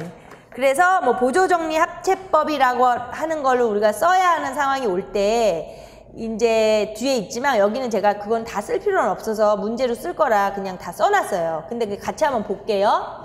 보조정리 합체법에 대해서 이제 저기서 지금 부분 추측, 본래 추측이 나오는 거에 대해서 하는 일이 첫 번째 규칙 1을 보면 추측을 하잖아요. 증명을 하고 반박을 하는 일을 착수한 다음에 이제 뭐 증명을 주의 깊게 조사를 이렇게 하면서 보조정리 목록을 준비 어쩌고 저쩌고 결론은 뭐냐 밑줄 친데 보세요. 추측에 대한 반례 아까 전면적 반례냐 와 보조정리에 대한 반례를 모두 찾아라. 반례를 찾는 거죠. 이제 이게 그거예요. 저게 그거예요. 이제 모두 찾다가 조금 전에 한 얘기 또 하는 거예요. 전면적 반례가 있으면 추측을 버리고 반례에 의해 반박될 적절한 보조정리를 추가하고 이제 보조정리가 추가됐잖아요. 그러면 보조정리를 조건으로 합체시킨 이제 개선된 추측이 생겼으니까 그걸 가지고 이제 기각된 추측을 대체하고 반박을 이제 함부로 괴물로 보고 버리지 말아야 되고 이제 보조정리를 명백히 해야 되고 이런 것들이 있어요. 예. 근데 이제 이러한 것들을 이렇게 보면은 너무 느낌이 안 와서 이건 그냥 써놓은 거고 뒤에서 문제로 확인을 해야 돼요. 그 다음에 이제 국소적 반례가 있으면 이제 또 반복을 할 수도 있는 거죠. 전면적 반례인지를 조사해갖고 이거 전면적 반례네? 그럼 이제 규칙 2를 또 한 번 하라는 거죠. 규칙 2를 또 한 번 무지하게 할 수도 있겠죠. 실제라면. 그 다음에 이제 규칙 4 같은 걸 보면은 반대로 국소적 반례이지만 전면적 반례가 아니면 이제 반박된 보조정리를 대체시켜 증명 분석을 거기 국소적인 것만 이제 개선을 해라 이런 거죠. 그래서 마무리를 이제 추측에 의해서 시킨다. 이런 규칙이 있다는 건데 그냥 그건 한번 그냥 써놓은 거고요. 제가 참고사항으로 그거를 백날 첫날 본다고 문제에 나오는 교수학습 상황을 라카투스 증명 반박 논리로 못 써요. 이따가 써봐야 돼요. 예. 그래서 그냥 그렇게 써놓은 거고요. 그 다음에 이제 8번 보세요. 증명과 반박을 통한 학습의 효과라고 해놨잖아요. 예. 자, 이거는 왜 이렇게 6가지를 다 해놨냐면 지금 증명과 반박을 통한 학습의 효과는 여전히 이제 이게 사실은 수업 상황이 주어져서 라카토스 증명 반박으로 박 교사의 수업 상황을 위의 수업 상황을 분석하여라 이렇게 시험 문제가 나올 수 있잖아요. 그래서 이제 분석을 했어요. 네, 분석을 한 다음에 그 다음에 또 하나의 질문의 의도가 이 8번처럼 나올 수 있죠.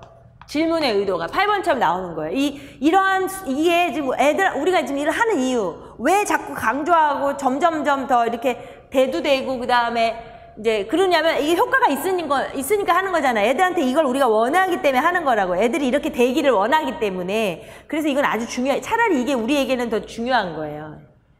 자, 그래서 이제 6가지를 해놨는데 가장 핵심적인 것들이 뭐냐면 이러한 라카토스 스타일로 이제 증명 반박으로 만약에 우리가 수업을 하잖아요. 예, 그럼 애들이 맨날 뭐 추측을 하고 뭐가 다 발표를 하고 막 선생님 이게 틀렸어요, 잘못됐어요, 막 이렇게 얘기를 했잖아요. 예. 그러면 이제 결국에는 지네끼리 이제 토론을 하든 어떤 그런 방법은 달라질 수는 있지만 스스로 이제 지식을 재창조하는 거란 말이에요. 예. 그러니까는 뭐 스스로 해답을 추측하는 능력이라 그럴까요? 스스로 해답을 추측하는 능력.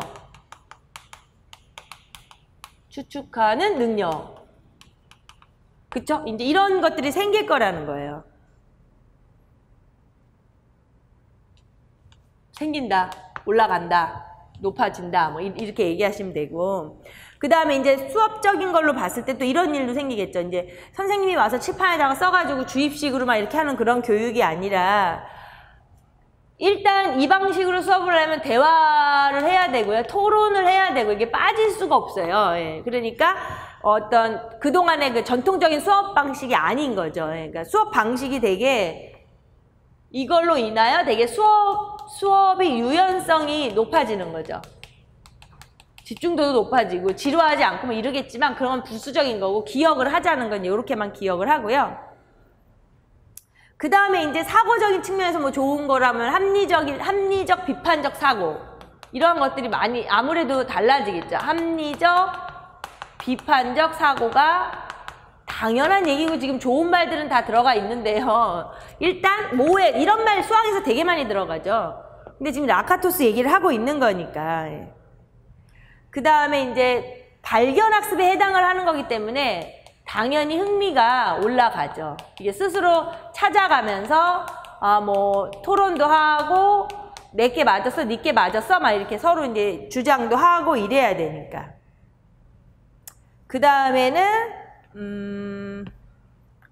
이제 이런 식으로 공부를 하면 이제 수학 수업에 대해 한다는 거에서 이제 단기 암기가 돼서 까먹거나 이러지 않고 기억을 오래 할 수 있다는 거죠. 왜냐하면 이제 이유를 알고 서로 이렇게 스스로 해냈으니까 당연히 기억을 잘 할 수 있는 거고, 그 다음에 이제 수학이라는 학문이 이제 결과적으로는 이렇게 해서 딱 뭔가를 얻어냈어요. 얘들아, 그래서 이게 이제 우리가 같이 토론을 해서 찾아낸 오늘 배워야 될 개념이야. 뭐 이렇게 하는 그 전체적인 게 그 흥미 이 전체적인 걸 다 아우르는 거죠. 수학을 하는 방법을 수학하는 방법을 깨우친다. 방법을 터득하게 된다. 학생들의 입장에서 이렇게 6가지로 정리를 할 수가 있는데요. 일단은 우리가 아까도 말한 것처럼 뭔가 시험 문제에서 써야 된다라고 생각을 하면은요.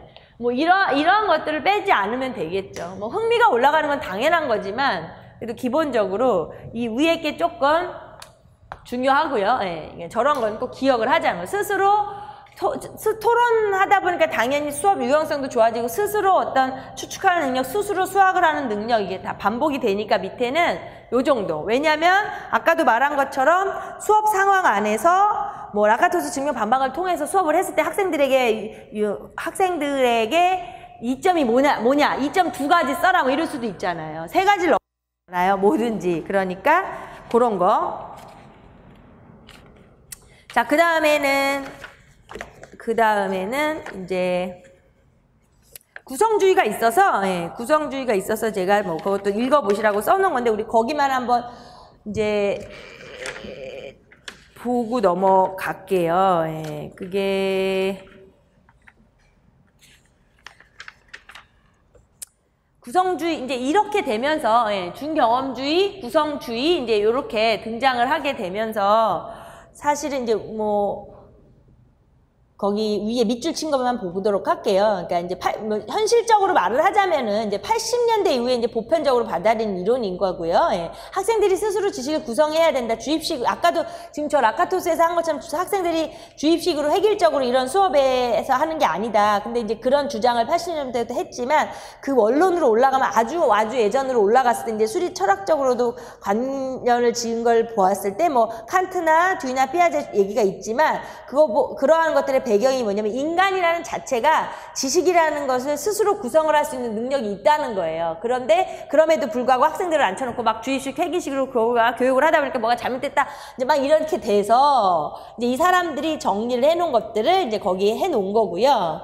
그래서 두 번째 단락에 보시면은 수학 구성주의 자체가 이제 수학에서부터 나온 게 아니라 구성주의에서부터 나오다가 그거를 이제 수학교육계에서 구성주의를 말하자면 이제 짬뽕을 한 거죠. 또 그래서 수학 교수 학습에 적용할 수 있는 구체적인 아이디어를 도출해내겠다는 실질적인 목표가 분명을 해서 세 가지가 있죠. 조작적, 급진적, 사회적. 그런데 이제 조작적 구성주의는 이제 피아제의 이론을 거기다 이제 말을 하는 거고요. 그 다음에 중간에 이제 글라저스펠트가 말한 이제 급진적 구성주의가 하나 있는데 그거는 살짝 이제 그 사회적 구성주의로 넘어가기 전에 과도기라고 생각을 하면 되고요. 결과적으로는 우리가 지금 이제 말하고자 하는 건 이제 사회적 구성주의가 되는 거고, 그러면 이제 급진적 구성주의는 조금 되게 파격적이에요. 그래서 말 그대로 급진적 구성주의고, 사회적 구성주의는 말 그대로 사회 상호작용, 사회에서 사용하는 언어, 사회적 구성원들 간의 소통, 이걸 중요시 여기다 보니까 사회적 구성주의 이렇게 이름을 만든 거예요. 그래서 이제 그거는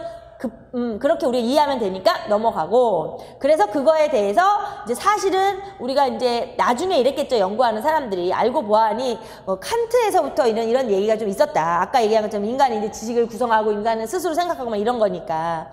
그리고 이제 듀이가 말했던 것들은 이제 서로가 정보 교환을 하면서 지식을 만들어가는 교실, 뭐 사회적인 맥락 이런 걸 했으니까 그 사람도 이제 베이스가 깔려 있는 거고, 피아제가 말하는 건 이제 조작, 반영적 추상화 이런 걸 주장을 했기 때문에 조작적 구성주의로 자리를 잡아가면서 중간에 이제 글라저펠트가 말한 급진적 구성주의 뭐 이런 게 있는 거예요. 그러니까 이런 흐름은 우리가 이제 알잖아요. 그래서 그 아는 와중에 물론 예를 들어서 뭐 급진적 구성주의에서 요번에 문제에서도 그런 거 있었지만 서로의 어떤 이제 차이점들이 이런 것들이 좀 있기는 있죠. 그래서 그러한 상황에서 그거 이제 뒤에서 볼 거고요. 우선 뒷장에 보시면 이제 요 설명은 그랬다는 거고, 그래서 빨리 얘기를 했고요. 자, 그래서 이제 8쪽의 사회적 구성주의를 보면 아까 얘기한 것처럼 먼저 오른쪽을 볼게요. 8쪽에 이렇게 다단에서 오른쪽을 먼저 보시면 첫째, 둘째, 셋째가 있잖아요. 그래서 제가 밑줄을 쳐놨죠. 첫째, 언어는 사회적 구성물이고, 둘째, 개인 사이의 사회적 교류, 세 번째, 객관성은 사회적인 거, 이러한 원리로 인하여 이제 사회적 구성주의다 이렇게 만들었대요. 그래서 왼쪽으로 다시 올게요. 그래서 사회적 구성주의는 수학을 사회적 구성체로 본다. 두 번째 단락에 준경험주의가 취하고 있는 오류 가능성의 인식론을 받아들이며 수학적 지식과 개념은 발달하고 변화한다는 견해를 받아들인다. 그러니까 좀 일맥상통하는 거죠. 그래서 이제 라카토스 철학적 이론도 베이스가 깔려 있고, 그 다음에 이제 마지막 단락에 보시면 왜 기술적인 수리 철학으로서 널리 알려진 수학의 본성을 설명하는 데 목적을 두고 있다. 자, 그래서 박스 있죠. 그래서 구성주의에 대해서 우리가 이제 한마디로 요약 정리를 그 박스에 하시라고 제가 박스 쳐놓은 거고요.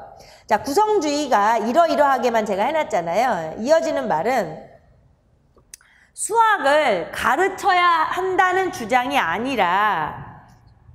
하기 위한 이론이 아니라, 박스가 있으면요, 구성주의는 이러이러하게 있잖아요. 이어서 수학을 가르쳐야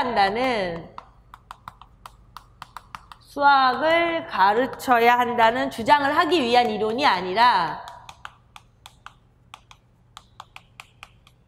수학을 가르쳐야 한다는 주장을 하기 위한 이론이 아니라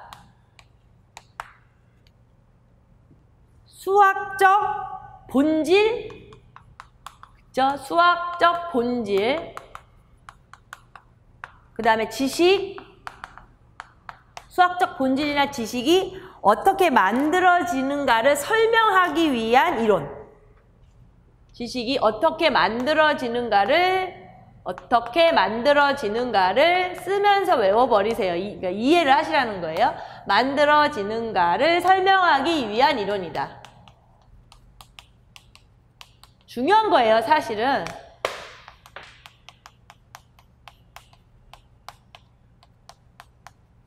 수학에 특히 이제 더 그렇죠. 구성주의 자체도 중요했지만 수학의 학습 방법 자체가 워낙 이제 추상적이고 워낙 주입식이고 워낙 전달식이고 교사 위주로 돌아가고 이러니까 유독 더 이걸 강조했겠죠. 이렇게 가르쳐라 이런 게 아니라는 거예요. 학생이랑 교사가 같이 수학적 본질, 수학적 지식을 어떻게 만들어지는 같이 찾아가자 이런 얘기예요. 그래서 되게 중요한 거죠.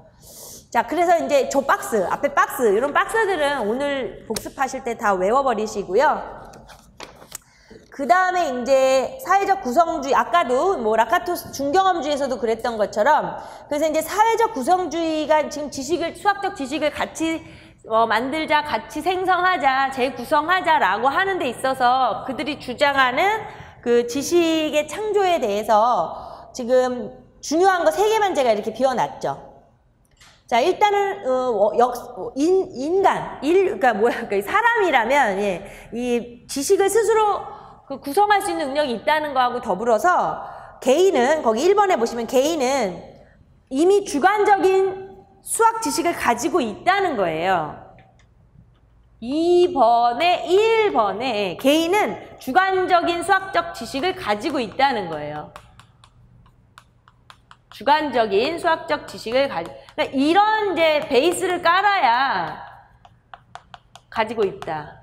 이제 이 사람들의 얘기가 됐었겠죠. 예. 그 다음에 이제 사회적 구성주의에서 또 하나 중요하게 여기는 거는 공표죠, 공표. 근데 그건 이제 여기서는 사회적 구성주의에서 이게 공표라는 말을 썼는데 이제 우리 뭐 수업 상황에서는 교사가 됐든 학생이 됐든 뭔가를 이렇게 발언해야 되는 거고, 그 다음에 아까 라카토스도 말하자면 이제 그 추측이 되는 거잖아요. 예, 이런 거. 그래서 공표는 결국에는 개인이 갖고 있는 주관적인 지식을 객관적 지식으로 바꾸는 어떤 그 스위치가 되는 거잖아요. 예.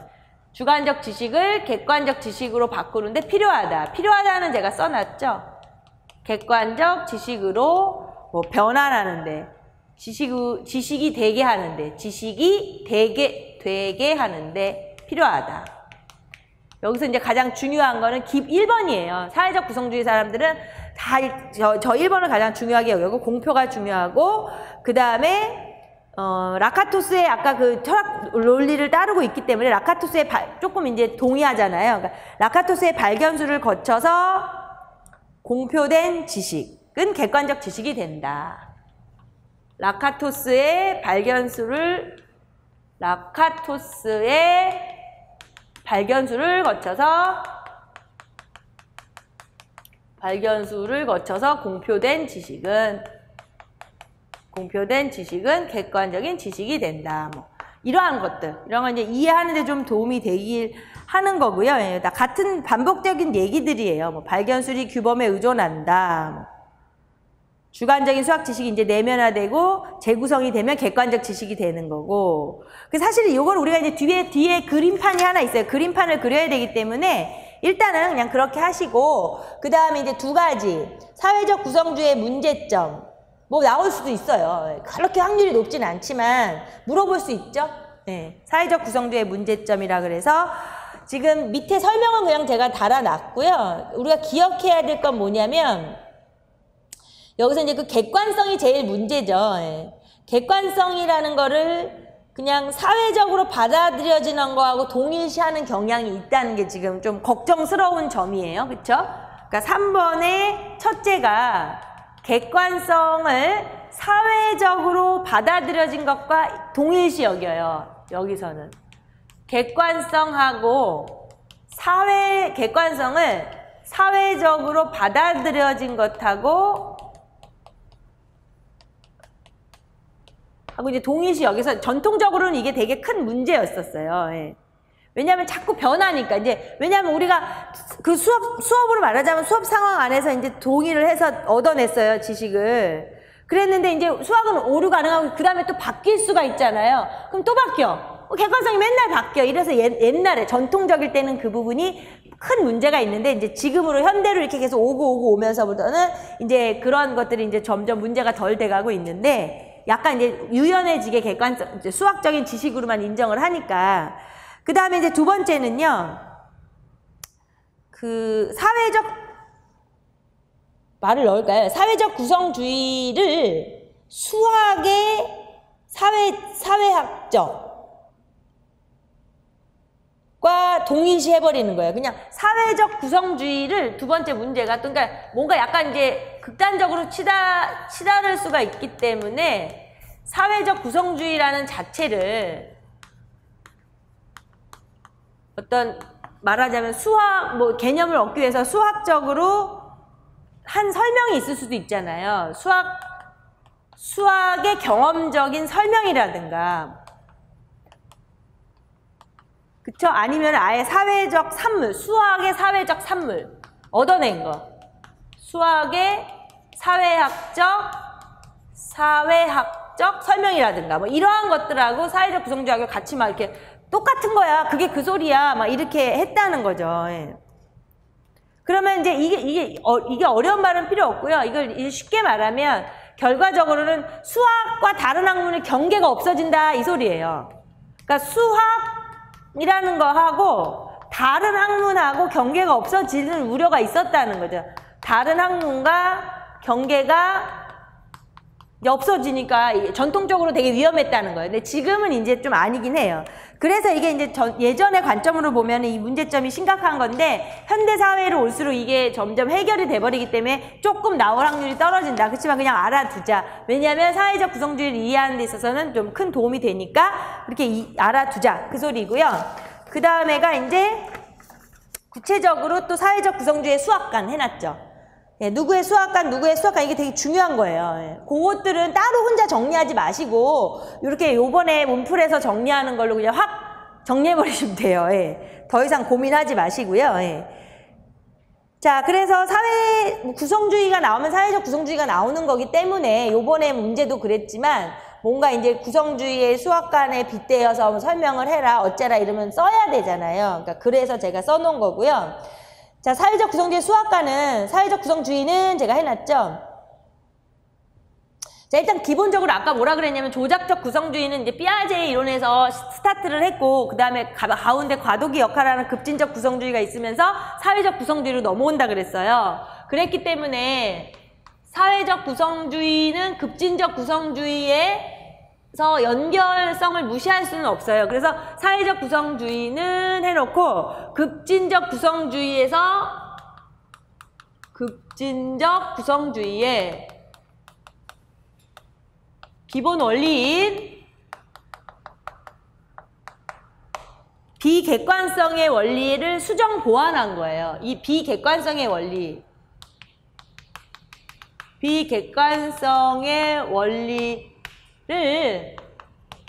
수정 보완. 이게 만약에 이제 어떤 사회주의 구성주의에 대한 이야기를 할 땐 이 부분이 좀 빠지면 안 돼요. 수정 보완에 중점을 두어서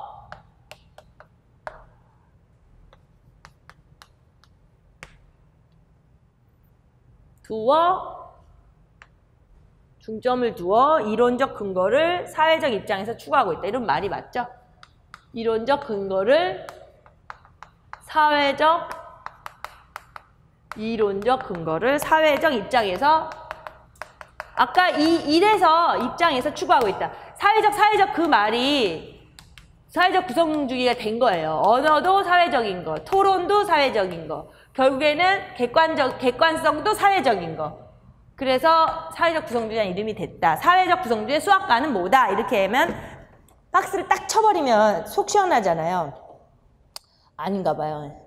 자, 그 다음에 밑줄을 그냥 쳐놓은 거예요. 그러다 보니까 이제 상대주의적인 수학관, 그 다음에 상호작용을 기본으로 하고 주관을 뛰어넘는 객관적 지식을 공동체 합의, 공유. 자, 밑에 그 박스 해놨어요. 지금 혹시 그릴 수 있는 사람 한번 그려보세요. 그게 이론이 그 그림을요. 그 그림을 완벽히 이해하면 맵을 그릴 수 있으면 지금 이제 그릴 수 있잖아요. 그러면 사실 이제 어떤 수업 상황, 교수학습 상황에 적용을 하고 이제 해결할 수 있는 거예요. 그래서 오른쪽에 보시면 과정 1, 과정 2 해서 이제 설명이 있는데 우선은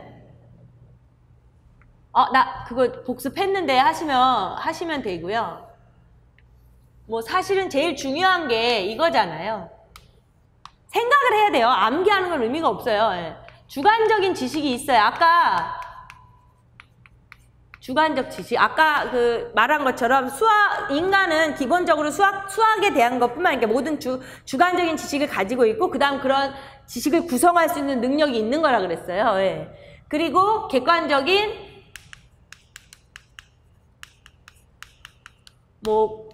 그럼 이런 이 개념 자체도 스타트를 저 주관적 지식에서 할 때 학생들의 입장에서 학생들의 현실 문맥에서 시작을 하는 거죠. 예. 그러면서 이제 이거에서 이걸로 가는 게 목적인 거잖아요. 처음에 주관적 지식에서 이쪽으로 이걸 처음에 한번 그려보는 거라 외우지 말고 보고 그리 이럴 게 아니고 오른쪽에 과정 1을 같이 보면서 가면 돼요. 과정 1의 기억을 보시면 사회적 구성적인 주관적 지식에서 객관적 지식으로 이행의 과정에 관심을 초점을 두고 있다. 이쪽에서 이쪽으로 가는 게 우리 관심의 초점이에요. 그 다음 니은 주관적인 수학적 지식이 객관적인 수학적 지식이 되기 위해선 사회적 과정이 필요하다 그랬어요. 자, 그러니까 아까 되게 여기서 처음에 해줘야 하는 일이 있었어요. 공표를 해야 된다 그랬잖아요. 그쵸? 예. 그러니까 공표를 함으로써 바꾸는데 큰 영향을 주는 거고 그 다음에 여기 니은에서 말한 것처럼 무슨 사회적 과정, 사회적 상호작용 이게 필요하다는 거예요. 그쵸? 예. 그럼 이게 필요한데 그게 뭐냐면 우리가 얘기하면 여기에 말로 하자면 공적인 비판과 재형성이 되죠. 공적인 비판, 재형성. 또 다른 말로 하자면 정당화, 토론에 대한 게 토론하는 와중에 여러 가지 그런 과정이 들어가겠죠. 그래서 결과적으로는 이제 새로운 객관적 이쪽으로 넘어가는 거잖아요. 이게 이제 새로운 지식을 얻어야 되잖아요. 이렇게 그 과정 중에서 여기선 이게 사실 이제 좀 약간 학문적인 수학이 되겠죠. 그래서 저 위에를 지금 예, 저 이 과정 중에서 이제 전체적으로 이걸 다 아우를 수 있는 건 토론, 대화 이런 식으로 상호 소통, 작용 이래도 되죠. 이런 게 들어가야 되고 결국에는 그쵸? 예, 이러한 것들이 필요한 거잖아요. 자, 지금 위에 부분이 우리 여기 설명에서 지금 니은 그런 과정이 필요하다. 사회적 상호작용이 지식 형성 또는 구성의 핵심이다. 라카토스의 발견에 의해서 공표된 게 적용하는 과정이다. 라고 말하는 기역, 니은, 디귿, 리을에 해당하는 요 부분이 굳이 이제 우리가 딱 기억하는 게 이게 과정 1이잖아요. 그 위에서 설명을 한 과정 1. 이렇게 생각을 한다는 거죠. 그러면은 이제 수업 상황에 적용할 때도 선생님이 뭐라고 애들이 말하니까 그럼 오늘은 이걸 이렇게 하도록 하자라고 선생님이 공표를 했어요. 그럼 이제 애들이 선생님 어쩌고 저쩌고 막 하면서 토론하면서 이제 공적인 비판 재형성을 할 때 이렇게 해서 얻어지는 거. 그러니까 요번에 논술형 문제에서 이거 딱 적용이 된 거잖아요. 예.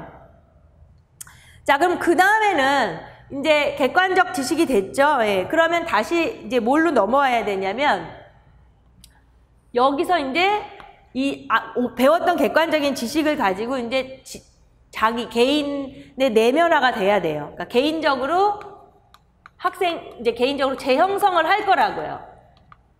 그게 이제 이쪽으로 넘어와야 돼요. 그쵸? 이쪽으로 넘어와야 돼요.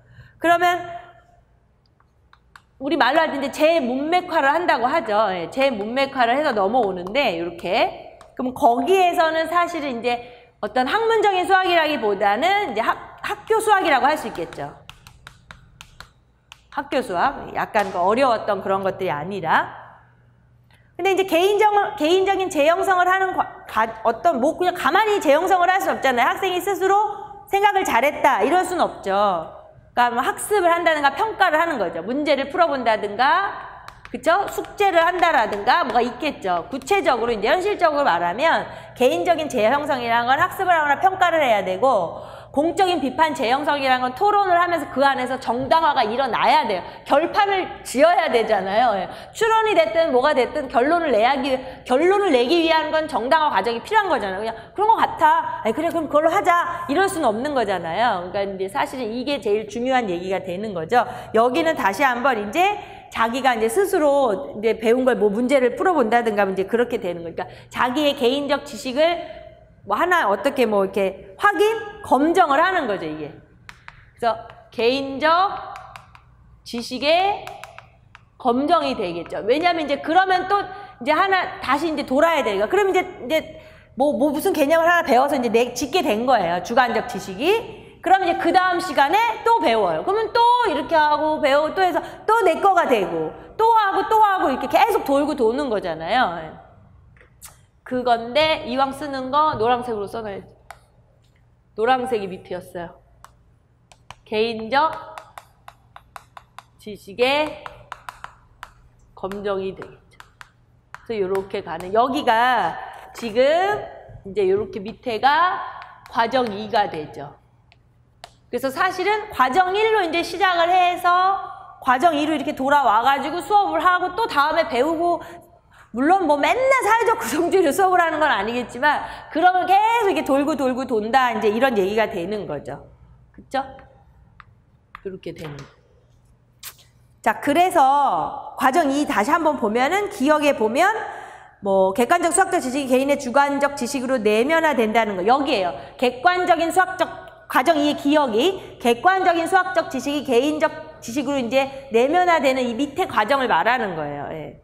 그러면 이제 그때 뭐 학습이랑 평가 같은 걸 할 수 있는 거고요. 그 다음에 니은 개인은 학습을 통해 개인적인 수학적 지식을 고유한 표상 이제 지가 이제 지거로 이제 내면화가 됐죠. 그러면서 이제 언어와 같은 사회적 표현이 이럴 땐 되게 중요한 역할을 한다. 뭐 이렇게 돼요. 그래서 이런 것들을 안 보고 한 번만 그려볼 수 이해를 하는 거죠. 외워서 그리는 게 아니라 이제 정리하실 때, 예, 그러니까 지금 그 새 거 가져가서 빈 박스가 있으면 이제 그때 하시면 돼요. 그게 되게 중요해요. 이렇게 해서 한번 메모를 기억하면 안 까먹어요. 절대로. 자, 그래서 조금 한 장 남았으니까 마저 하고 좀 쉬었다가 이제 문제를 보시게 할게요. 예. 그 마지막 거 한 장만 남았어요. 구성주의 원리 있거든요. 자, 크게 출제된 적은 없어요. 출제된 적은 없는데 어떤 식으로 출제가 됐냐면 이 4가지 원리가요. 답안을 작성을 할 때 그 내용을 써야 되는 상황으로 출제된 적들은 많아요. 그러니까 결론은 뭐냐면 지금 그 4가지가 중요하다고요.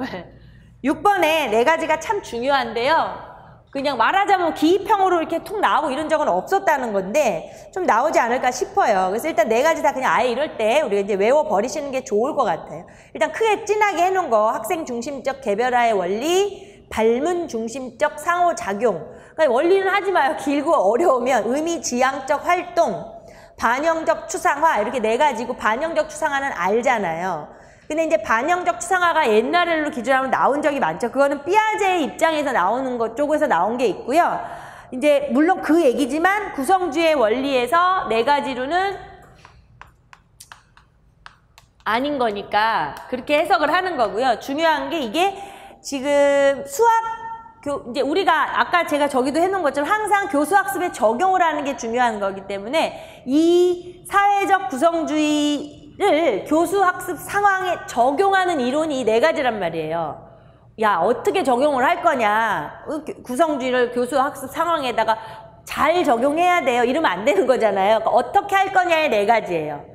그러니까 6번의 구성주의 원리라는 뜻은 그냥 구성주의 원리라고 우리가 이제 기본서들에 나오지만 구체적으로 말하면 사실은 구성주의의 교수학습 원리예요. 정확히 말하면.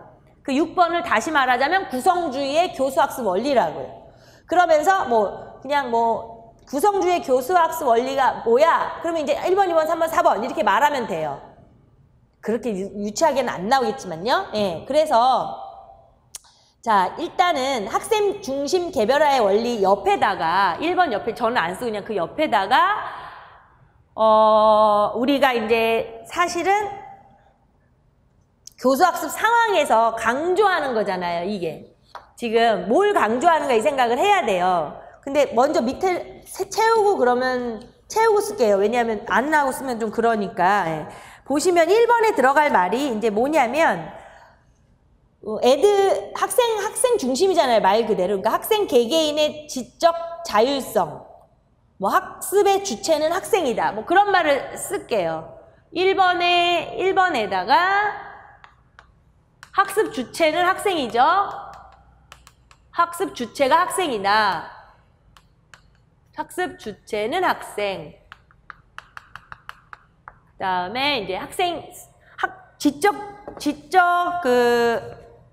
지적 자율성 인정 뭐 이런 거. 지적 자율성 인정에 바탕을 두자 뭐 이렇게 인정이라는 건 좀 그렇고 학생 중심이니 말 그대로 그래요. 예. 그 다음에 개인의 능력차 고려한다는 거죠. 개인의 능력차를 고려하겠다. 잘하는 애는 잘하는 거, 못하는 애는 못하는 거. 이제 그게 이제 3번도 제가 비워놨죠. 예. 똑같은 비슷한 얘기지만 이제 학습 결손을 보이는 그러니까 이게 이제 좀 그런 거예요. 능력차라는 거는 어느 정도의 능력차를 말하는 거고요. 수준별로 수업이 좀 가능한 얘기를 하는 거고요. 그죠? 능력차, 능력, 또 개성 이런 거거든요. 예. 그러니까 좀 긍정적인 측면이고 이건 좀 부정적인 거예요. 결손은 상당히 못하는 거잖아요. 그러니까 정말 따로 빼서 해야 돼요. 반 나눠서. 일단 이러한 상황을 얘기하는 거죠. 그 다음에 뭐 인지적 갈등 상황을 해결할 수도 개인의 수학적 능력을 잘하면 뭐 극대화시켜서 해줄 수도 있는 거다. 이런 것들이 있잖아요. 예. 자, 그래서 이게 이제 사실은 2015 개정으로 봤을 때에 지금 교수학습 방법하고 연결을 지금 자항목의 수준별 수업하고 연결이 되는 거예요. 자항목의 수준별 수업이요. 우리 이제 가나다라 와봐서 나 항목도 자까지 다 외워야 된다 그랬잖아요. 예. 그래서 사실은 그 얘기를 하는 항목들이기 때문에 제가 볼 때는 이제 좀 문제에 신경을 써서 이렇게 내면은 되게 좋을 것 같아요. 이제 새로 내는 문제들에선. 그리고 2번도 이제 발문 중심인데 사실 발문은 이제 발문 항목이랑 생각하면 되는 거잖아요. 발문이니까. 그동안에도 계속해서 많이 강조했던 거죠, 발문은. 그쵸? 그러니까 이제 만약에 이 넷 중에 찍어야 돼. 뭐가 나와. 이러면 1번이 나올 확률이 높다고요. 예. 왜냐하면 그동안에 이제 강조했던 것들이 많이 있는데 중심적 개별화의 원리하고 넷 중에 하나가 나오면 그게 나오지 않을까? 이렇다는 얘기고요. 그 다음에 제가 1, 2, 3 비워놓은 거 있잖아요. 이것도 이제 말하자면 학생 중심적 개발을 하려면 학생 중심으로 해야 된다 이렇게 기억하면 안 되고 학생 중심에 바탕을 둬야 되고 결손 보이는 애는 또 그대로 해줘야 되고 너무 잘하는 애나 개성의 차이나 다 인정해야 되고 이 소리고요. 그 다음에 이제 발문도 마찬가지예요. 교사가 발문을 잘하면 된다 이렇게 생각하면 안 되고요. 발문과 질문은 다르죠. 예. 그래서 이제 교사가 적절한 발문을 해야 된다 이거는 맞아요. 예. 근데 중요한 거는 그냥 아까 말한 것처럼 질문과 발문을 구별해야 돼요. 예. 그러니까 질문과 발문을 구별해야 되기 때문에 제일 중요한 발문의 제일 중요한 건 뭐냐면요. 어떤 발문을 해야 되면 그 애한테 그 애의 답이 제대로 나오기를 원하는 발문을 해야 되잖아요. 그러니까 그 말이 뭐냐면 수학적 지식을 창조할 수 있는 거, 발명할 수 있는 거, 발견할 수 있는 거, 수학적 지식에 뭘 좀 얻어낼 수 있는 답변을 요구할 수 있는 좋은 질문을 해야 되잖아요. 수학적 지식을 재발명할 수 있는 발문을 하라는 거죠. 좋은 발문을 해야 된다 이렇게 하지 마시고 얘가 무슨 말을 학생의 입에서 어떤 대답을 유도해야 되겠구나 하면 교사가 그 대답을 유도하기 위한 답을 해야 된다는 거죠. 그 다음에 이제 어떤 발문이냐면 이제 이거는 이제 되게 수학적인 발문인 거고요. 그 다음에는 계속해서 전체적으로 토론할 수 있는 분위기, 그죠? 누구 하나도 뭐 소외되지 않아야 되고 뭐 이렇게 챙겨야 되는 거 이런 거 있잖아요. 못하네 이런 것들. 그 다음에 그 학생 토론하거나 학생 상황을 분석하거나 이런 식으로 조력자, 안내자 이런 역할을 하는 내용적인 거 이러한 발문을 해야 된다는 거죠. 그냥 질문만 수학적 공부만 할 수 있는 건 아니니까.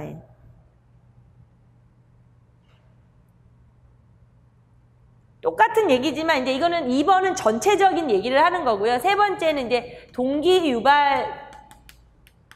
동기 유발에 해당이 되는 거. 위에 거하고 위에 거는 이제 분위기. 이거는 이제 그러면 헷갈리시면 위에 옆에 이렇게 적어놓어요. 수업 상황, 약간 어떤 환경, 수업 환경 있잖아요. 수업 진행하는 환경 이런 거고요. 그 다음에는 이제 동기 유발을 하거나 이제 내용적으로 유발시키는 거죠. 이제 나도 저런 얘기 하고 싶어. 나도 저걸 토론하고 싶어. 뭐 이런 거 있잖아요.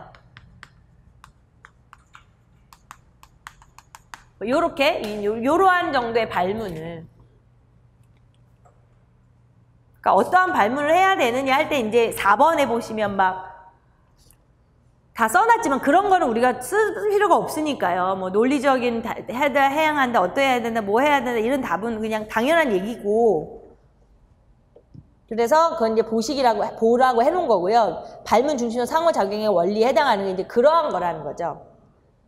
교사가 이제 서로 상호작용을 해야 돼요. 그 다음에 이제 의미지향적 활동의 원리는 말 그대로 이제 여긴 되게 중요한 게 활동이기는 한데요. 이게 좀 헷갈릴 수가 있어요. 이거 나오기가 애매모호해요. 중등에서는 좀 그렇긴 한데요. 1번에 들어갈 말은 이제 그 의미 있는 수학 지식을 배우게 해야 한다는 거예요. 말 그대로. 의미 있는 수학적 지식을 배우게 해야 된다는 건데, 의미 있는 수학 지식 그렇게 써놓고요. 3번의 1은요. 의미 있는 수학 지식을 배우게 한다는 거죠. 그러니까 그 의미 있는 수학 지식이 뭐냐는 거죠. 되게 참 그렇죠. 의미 있는 수학 지식.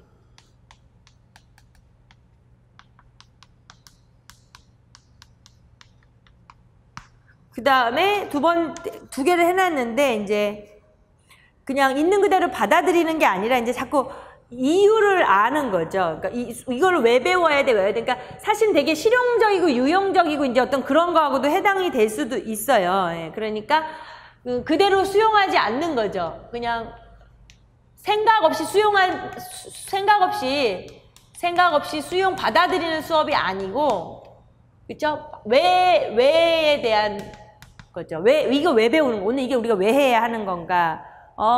거기에다 이렇게 하나씩 의미를 부여하자는 그런 거예요. 그러니까 말하자면 앞에 뭐 이등변 삼각형을 배울 거야. 근데 그냥 얘들아 오늘 우리 이등변 이러지 말고 종이접기를 통하여, 그쵸? 뭐 종이접기 색종이를 준다든가 뭐 어떤 교구를 통하여 애들이 만져보고 잘라보고 접어보고 뭐 펴보고 막 자로 재보고 활동을 통하여 이제 오늘 이런 걸 배우나 보다 이렇게 해서 뭘 배우는지도 알고 왜 배우는지도 알고 오늘 선생님 설명을 잘 들어야 되겠구나 뭐 이제 이렇게 한다는 거예요. 그게 이제 그래서 의미지향적 활동의 원리예요. 그러니까 뭔가를 해서 막 이렇게 종이로 만들다 보면 그럼 오늘 여기 두 변의 길이가 같은 이 얘기를 하는가 뭐 이제 이런 거를 활동을 통하여 왜 배우는가, 무엇을 배우는가 뭐 이런 거를 하겠다는 게 의미지향적 활동의 원리예요. 그 다음에 반영적 추상화의 원리는 우리가 알고 있는 거지만 여기에 구성주의에서 다시 한번 얘기를 하자면 이제 반영적 추상화의 원리에서 최종적으로 수학적 지식을 구성을 해야 되는 거잖아요. 예. 그러니까는 반영적 내면적인 활동에 의해서 4번에 1번은 뭐 내면적 활동, 학생들이 스스로 내면적 활동이 있잖아요. 활동에 의해 반영적 추상화로 지식을 구성을 해야 한다. 이런 거죠, 뭐. 지식을 구성을 해야 하는 거. 이거는 최종적인 게 돼서 뭐. 그 다음에는 이제 그 구성을 하는 과정 중에서 반성이 좀 중요시 돼야 된다. 반성 활동. 예. 반성이 중요. 반성 활동의 중요성을 강조하는 거. 이렇게. 그래서 사실은 조금 되게 계속 강조했지만 뭐 1번이 좀 제일 중요하지 않나 싶어요. 다른 이론하고 좀 이렇게 차별성도 있어야 되고 하니까 그냥 뜬금없이 될 수는 없잖아요. 그래서 뒤에 것들을 이제 참고하시라는 거고요. 이게 중간 끊기가 좀 그래서 다 해버렸는데 많지 않아서 오늘은요. 처음 이거 앞에 첫 단원이라 그게 무겁지 않잖아요. 그래서 좀 쉬었다가 할게요.